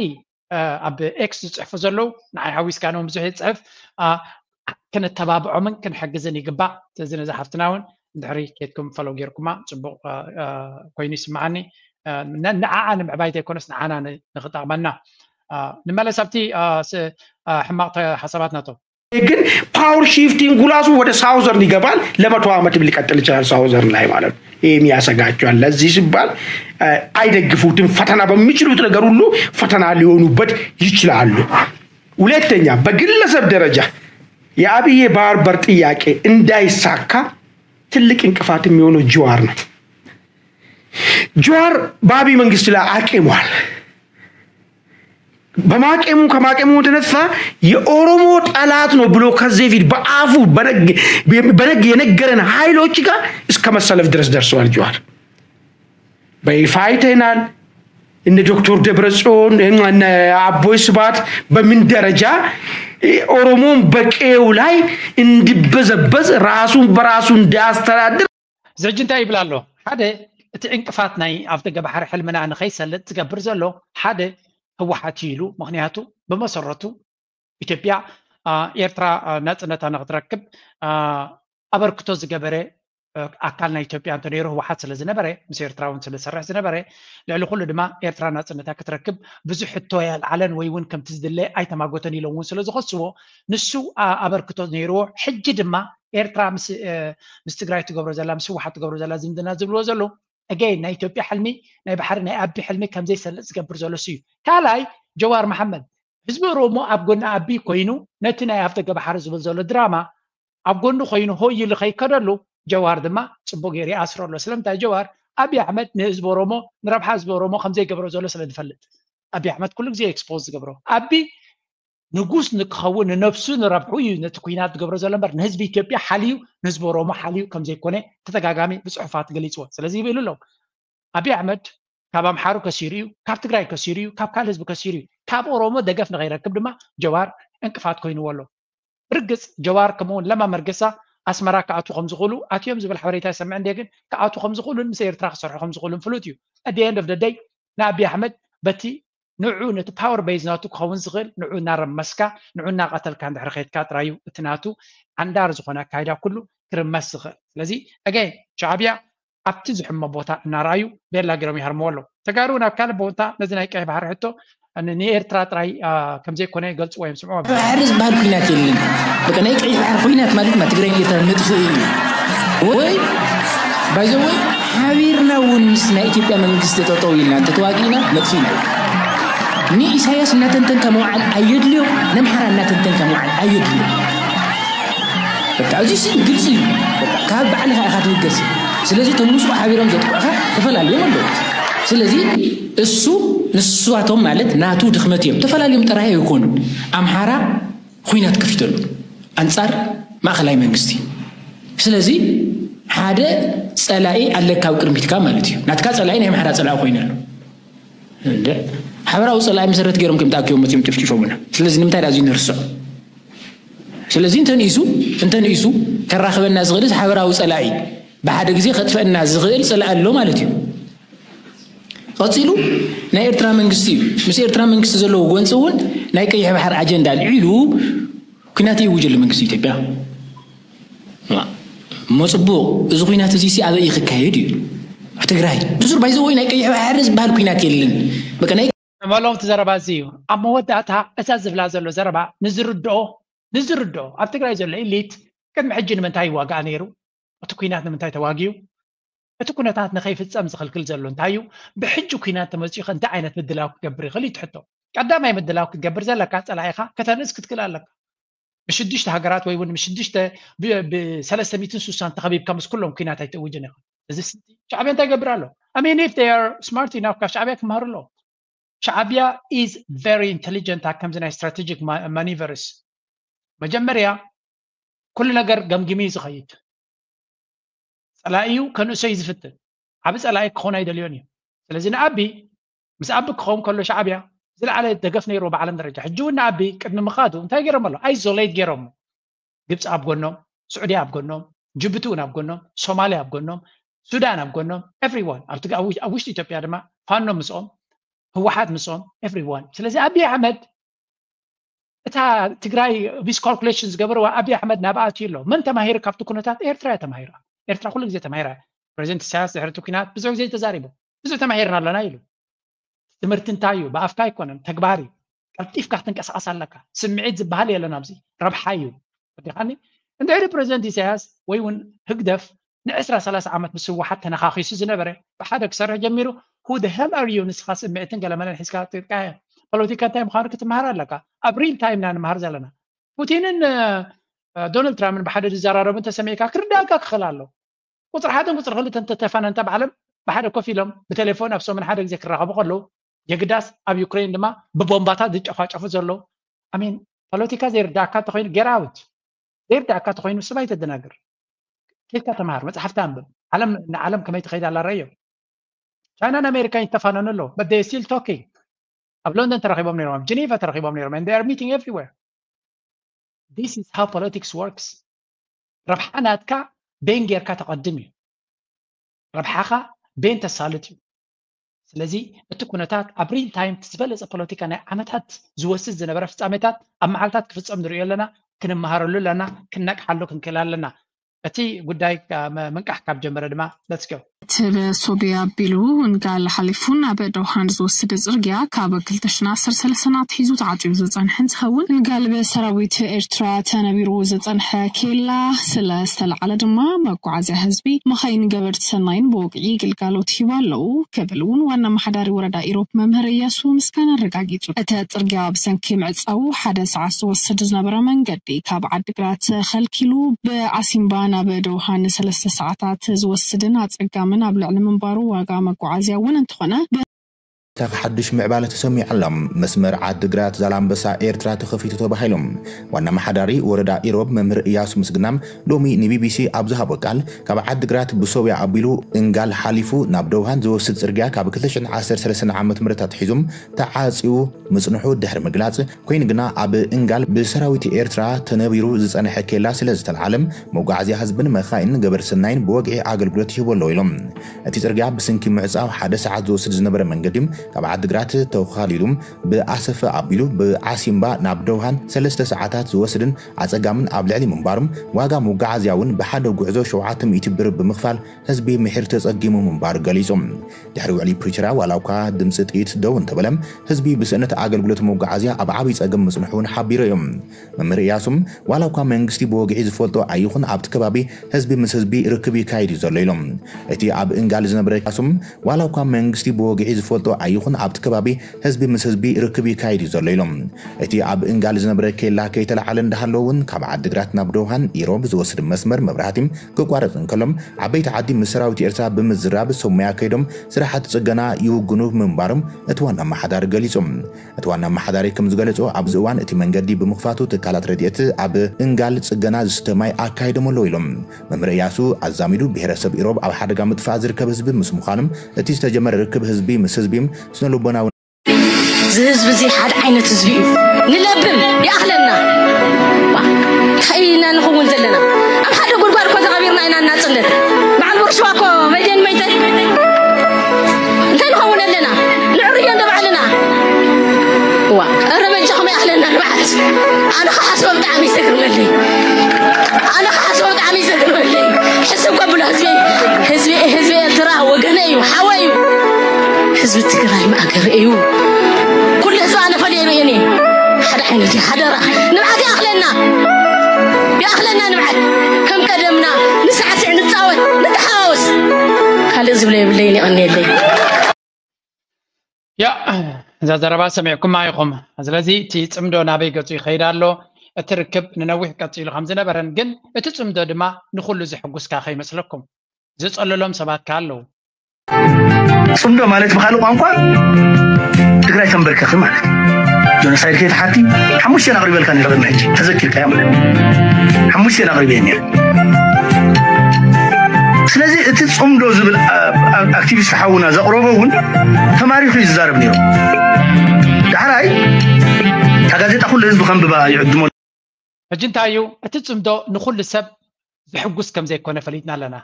تصبق نجر جنتايو اب حزبي اب سلامنا حزبنا فقرنا حزب تحبيز زنبره كل غحيلا اكسبوزد يخونا له بتقراي منكمو بفلاي تابا ابديس ابا مس ابي احمدن مس جيتاچون عسكيرو زلو ميديا يكون سب نزي كنتات زي نمفشال كل عينت قبرالو كنفلط لنا كمكتول لنا دما زمدنا ايرتران ايثيوبيان ممحاج تقبره صعري خم زفشله تغليصو زيز غلصه عزازي سراويت مكلخال ايثيوبيا فيلد مارشال برهان جولا متوكل بيت مخرج بايثيوبيا اب زهابو قاليو إرتران إثيوبيا هاف دقة بحريك تخفتلا دلوتي كم زي خونت بمحبار زمدنا اتن هاجرات إن حرفنا بمخاد ملكتي خون خمزلو تجلسو دحرتي أب تسقراي بمعارض وفرالوت انتاوي كوينات استفرم اسمع بريتوريا ركب تن هاجرات أجمع كم زقاتمو زفلتيو اجي انتايو تي زو ميدياتات جاتهم نتي صمدو نمدفع نتي زمدنا منغوز بن تግራይ ኤርትራን ዝግበር ዘሎ ንምድኻም بكل መንገዲ ዮም ዓጢቆም ዝሰርሑ ዘለው እዚኻ بكل መንገዲ ትሪዮቲ አሉታዊ ስልታት እቲ ዝነበረ ፕሮፓጋንዳ እናደጋገምካ እቶም ጸላእቲ ዝነግርዎ ዘለው ንጹር ዝኾነ ዕላማ እናነገሩ ከለው ንሳቶም ግን دايما دايلهم of course بربحة كتري خلها نربحوا من أجندة من زي قال قلت ساب زي كونه مسوقينهم كسرحوا لما زقدوا له ويز مرسول من قد كل كلني نقطة لابتي بوليتيكا نتقرأ نشتي ታደሰ ወረደ አንፈት ቀጻሊ ስራሕቱ ንልኩሎም አመራርሓ ትግራይ አንፈት ይወሎም ላውን ድሕነትን ትግራይ ህዝባን ሙሓስ ወዳዓው ኩነታት ትግራይን ከባቢና ብብስለት ብምርዳን ጌጋታት ከይን ፍጽም ተጠንቂቅና ክንሰርሕ ይግባእ ክብል ገሊጾሎም እቲ ፕሬዚደንት ነዚ ገለጸ ኣብ ዝቕጽሉ ኣዋርሕ ብዛዕባ ዝሰላሰሉ መደባትን አንፈታትን ግዚያዊ ምሕዳር ትግራይ ኣመልኪቱም ንኣመራርሓ ወረዳታት ከተማታትን ዞባታትን ትማሊ 8 ሰነ 2017 ዓመት ምረት ናይ ስራሕ መምርሕን አንፈትን ኦሪየንቴሽንን ሂቦሎም ፕሬዚደንት ታደሰ ላማቲ مدرخ قبل عليك ساب تحتي ناي منغس محاور ابهلو كنتات بحري ات مدرخن اسماله حبراوي رديت بمحاز نتوم كم غزياو محدار السحانزصو شوتاتن مدباتن بزت امامن بركين معوات زعلم مخان غريصيم ابز حلف وانات نخلو صلو نسهم حمشا كرمتي مصكم الله ጨኒቁኩም ናብዚ መጽኹም ኣለኹም ነው ይመጽናሎ ታኹም ተሐስወለኹም መስኻቱም ኮጽላሊኹም ዘለኹም ኢልኩም መጽኹም ኣለኹም ንሕና تاناتكم مسألة غيرنا هنحسب حبيرنا هنقال استاتكال حبيرنا نخدا تازيتك علون حبيرنا نخدا مبر نابيك نصدقكم بحوارنا نغير نابي ترانسبورت خندالو لكم دا نابينا بلع نصدقكم دا دمرودة حيشس مدوع تقرأي توازع ممارسيس تاي نتوسد ناي حيش زبل ممارسي حيزو السب بسلسته بوتاتات كوينس حزب تقراي إلي تقراي ناي ميديا سبات يموجود اللو مسارتاوي تن أجنداتات حدا أب تقراي تتعامل تأكلات اللو مس شعبي أخوينا تتعاملنا تقراي كنو حسينا زخل زبل زارو تغالي تغا مس بيبو خوينا بوعل بريتيريا مسارت زولون اللو تاسال سيتي ناتي قوام تقراي عرصاف إلى تطوتلو دامبر حارتا صلاتا تمرصلو بدحريت زحردوان بقدميت زحردوان نورادرت ناب صلاي تدمرلو وي تصمدلو مسرح نتقراي ايتقمن طرحت يكونس ناي تطفات ناي تجمرنا يا طفات ناي زحلفه صلاتنا تجمر وتنايو كافرح نصا زخونه منسي سلستفطره زي اجندو يخوني درو مويتلو اب ناشونال انترست زبل حدا بيج ممهر نموت فريدوم خم رايوم الى حدا سب سيد لي فلطوا تريجم تشنج بين كم تمص اغنبار نمنتاي قويما فلطوا جمت كم زلاتا فلطي سلازي حجو قويلو صمدو وصيت نايز غنبار زي عسب وصيت نايزي غنبار زي زو كلن زرايا زلوا شبربرات زحجي ازيف تقاومو تمقوام لنك انا كم زجمره غيري دزارب زلو كتعفركو خندي عمتات حليفيكو مالت حجز قبركايو حدا نقر فلوين تلو اتنا عمتات قبل عليه ابتات الديمقراطية فتحن تبل حبيكا هزبي كقراربيه فقرنا يزكلت هزبيو ززاربن نيرو تبل قريفكا بتزبي فقر مسجمره بحاجه كسعسعن كصاوت مسجمره اديس ابا خيتكا نت نزكلت هزبن كيراخب زعصو زلو انا مغابرياناتكا انا ناتكا فرس كون خليلكا خيتكا زلقا حسب داماس قميتنا نزارب لنا حسب زبل اجندا ابب على سلازمصو نغهم مشيتنا ميديا ناتو دما بزعبي زارب سلازلو نعو كشفن كو يدفتن زلو رجيم تشنج كاب زبالكو نعو حداش ان يتقال رجيم تشنج حجي فليتوا رجيم تشنج كاب زبالك تشعين شدشان يجميرو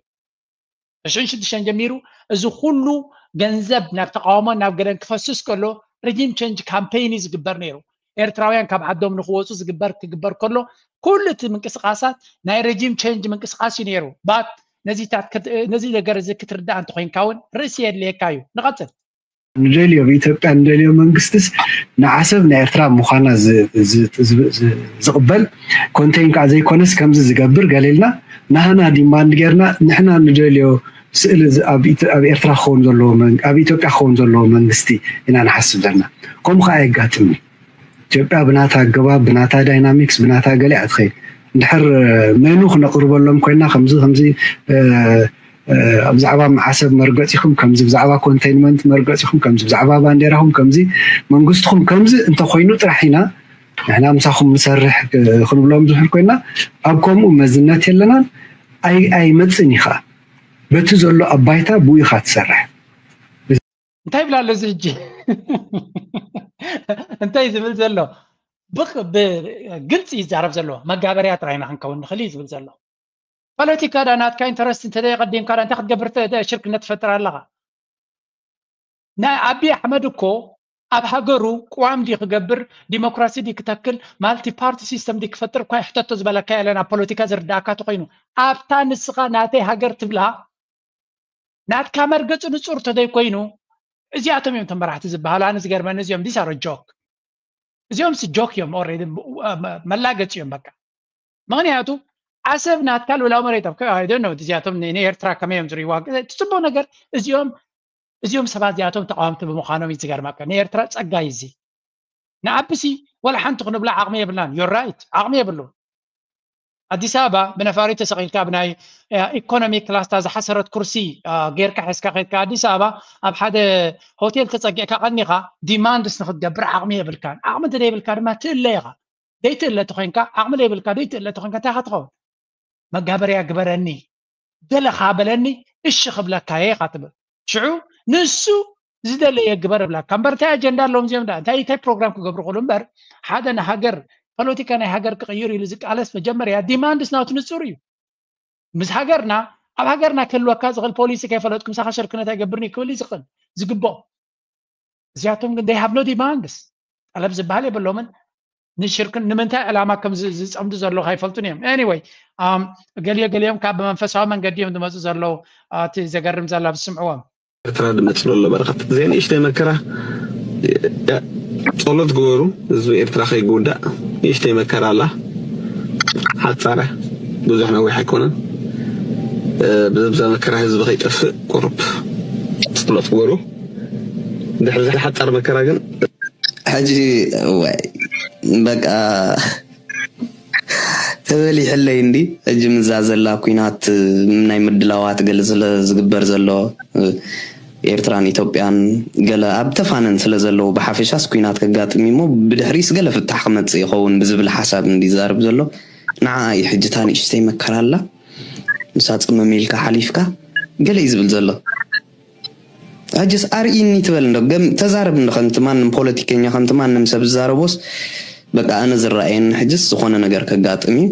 ኩናት ክፍጠር እዩ ብድሕሪኡ ግን ሰላም ዝመጽእ ኮይኑስ ይስምዓኒ ወይ ገለ ኢልካስ ክትዛረብኩ ትኽእል ኢኻ ጎይታ ኣዚዙ ከምዚ ኣብ ኤርትራ ብዙሕ ፅቡቅ ነገር ክኸውን መዓት ህንፃታት እዚ ሰብ እዚ በቃ ናይ በይኑ ዓይነት ኣምላኽ እንዲ ዘለዎ ለንቀነ ብዙሕ ይከርእዮ ቀኒ ዘሎ እዚ ከዓ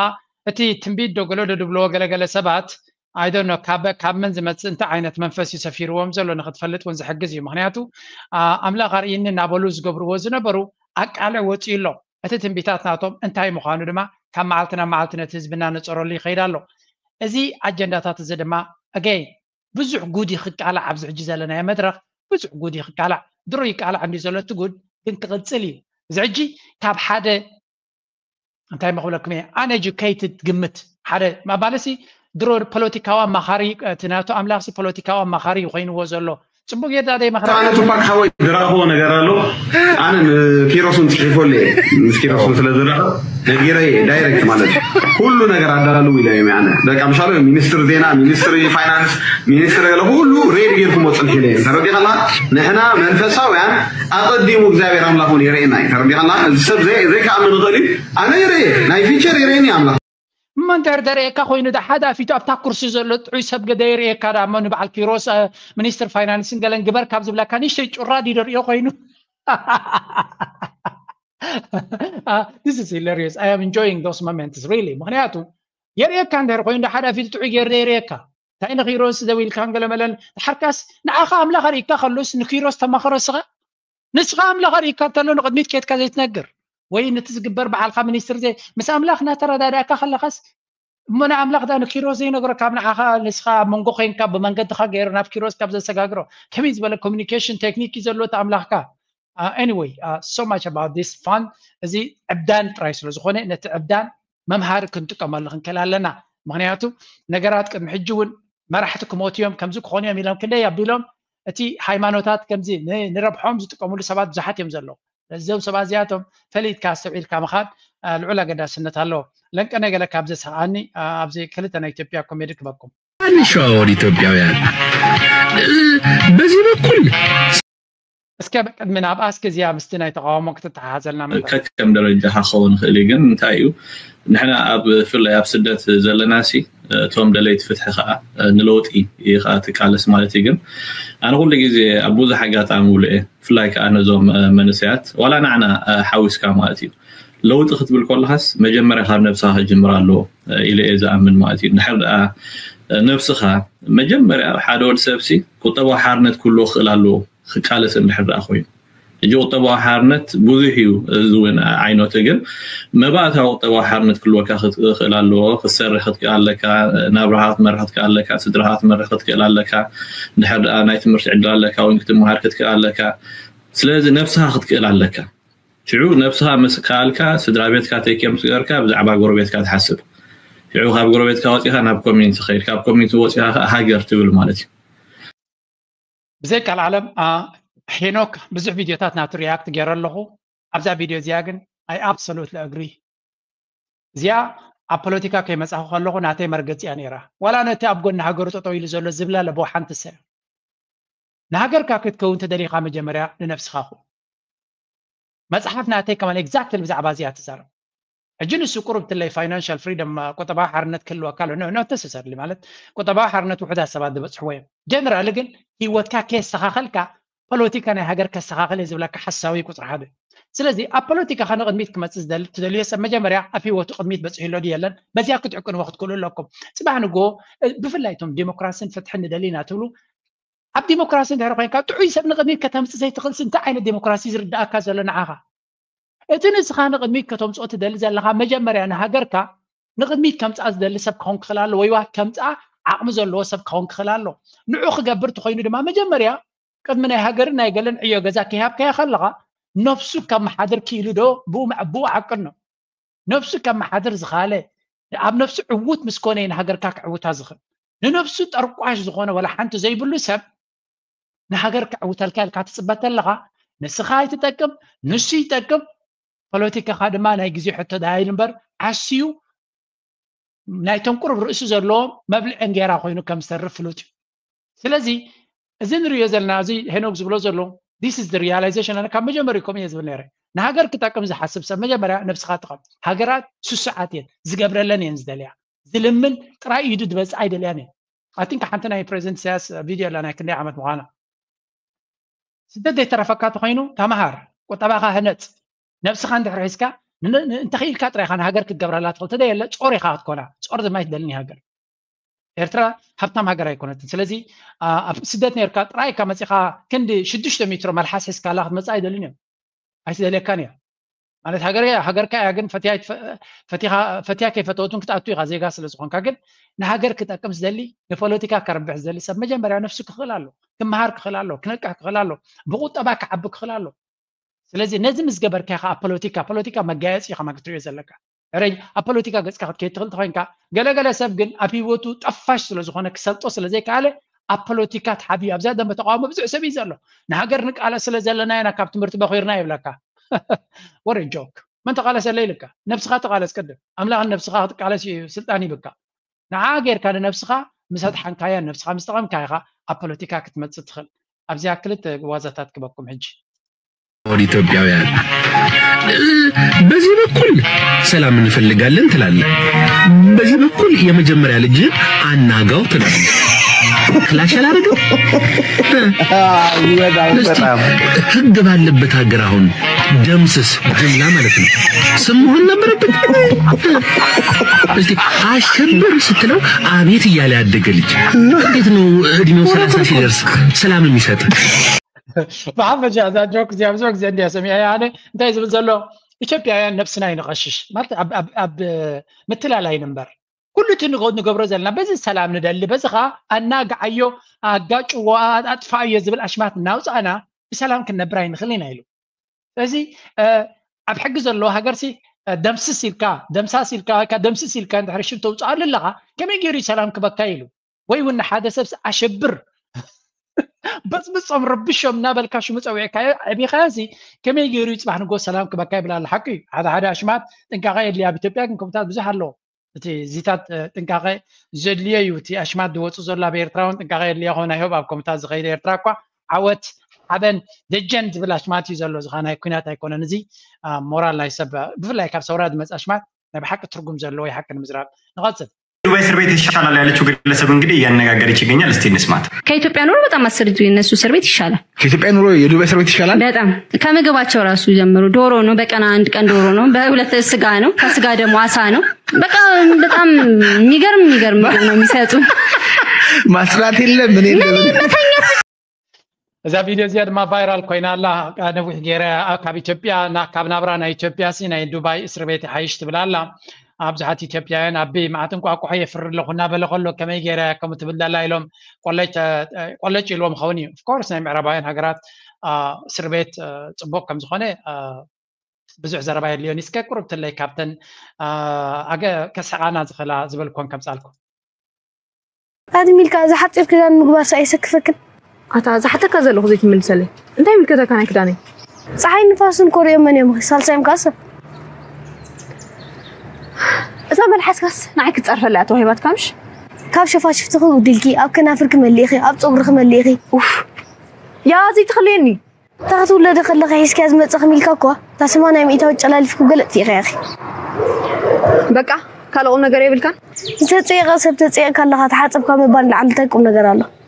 تويا لا بخاندي لك كيميكال نعاق قربك كويك ترسي اخون كمبا اوي نسخد انجي كالي انديخا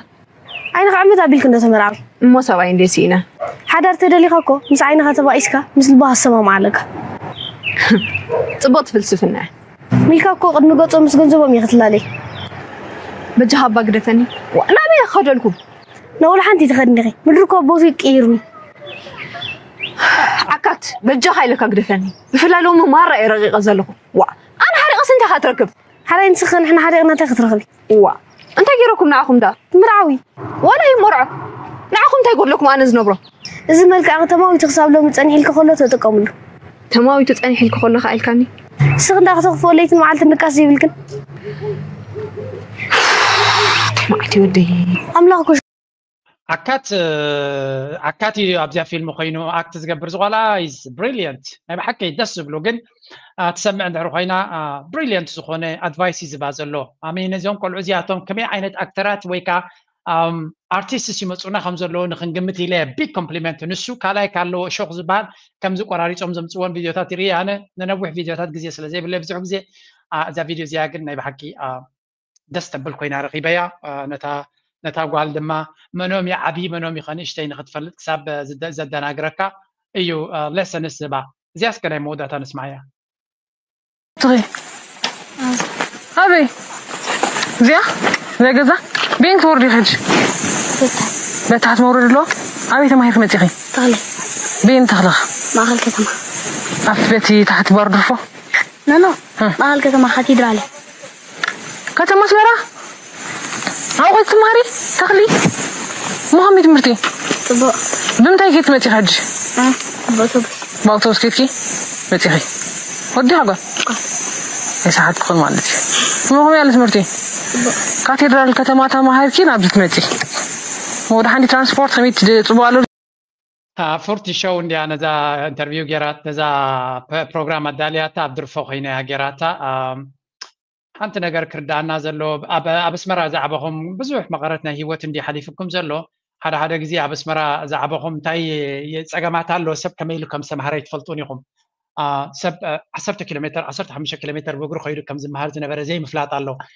40 شو تداليا I think 40 خونش ما قمت علني كاب كتما سلزوزات نزير رياليتي زي كتفلت كيلا سلزي كاب كتما وصوتو ميديا زلوكم كم زعينة بلوس راح دما كتم صولات غلو بلوس بلس بليز اب 40 شو كيتكم رايوا نبحكي اجر راميت زخونت فيديو جيرالا ثانك يو فيري ماتش اليوم كابس مراوت يوم نزغبر دما نتبابع يوم اتي كاميراتات ناي فيديوتات كابس مراوت اي كسرح خلالو كم تشالنج وسيدوم نالو مارسي ابز كود كفتني بليز لايك جبرو سبورت جبرو دغفكم اي توعدو نالو مارس ابزخنو دينا اب كالك سام الرهب مزياق قد فكم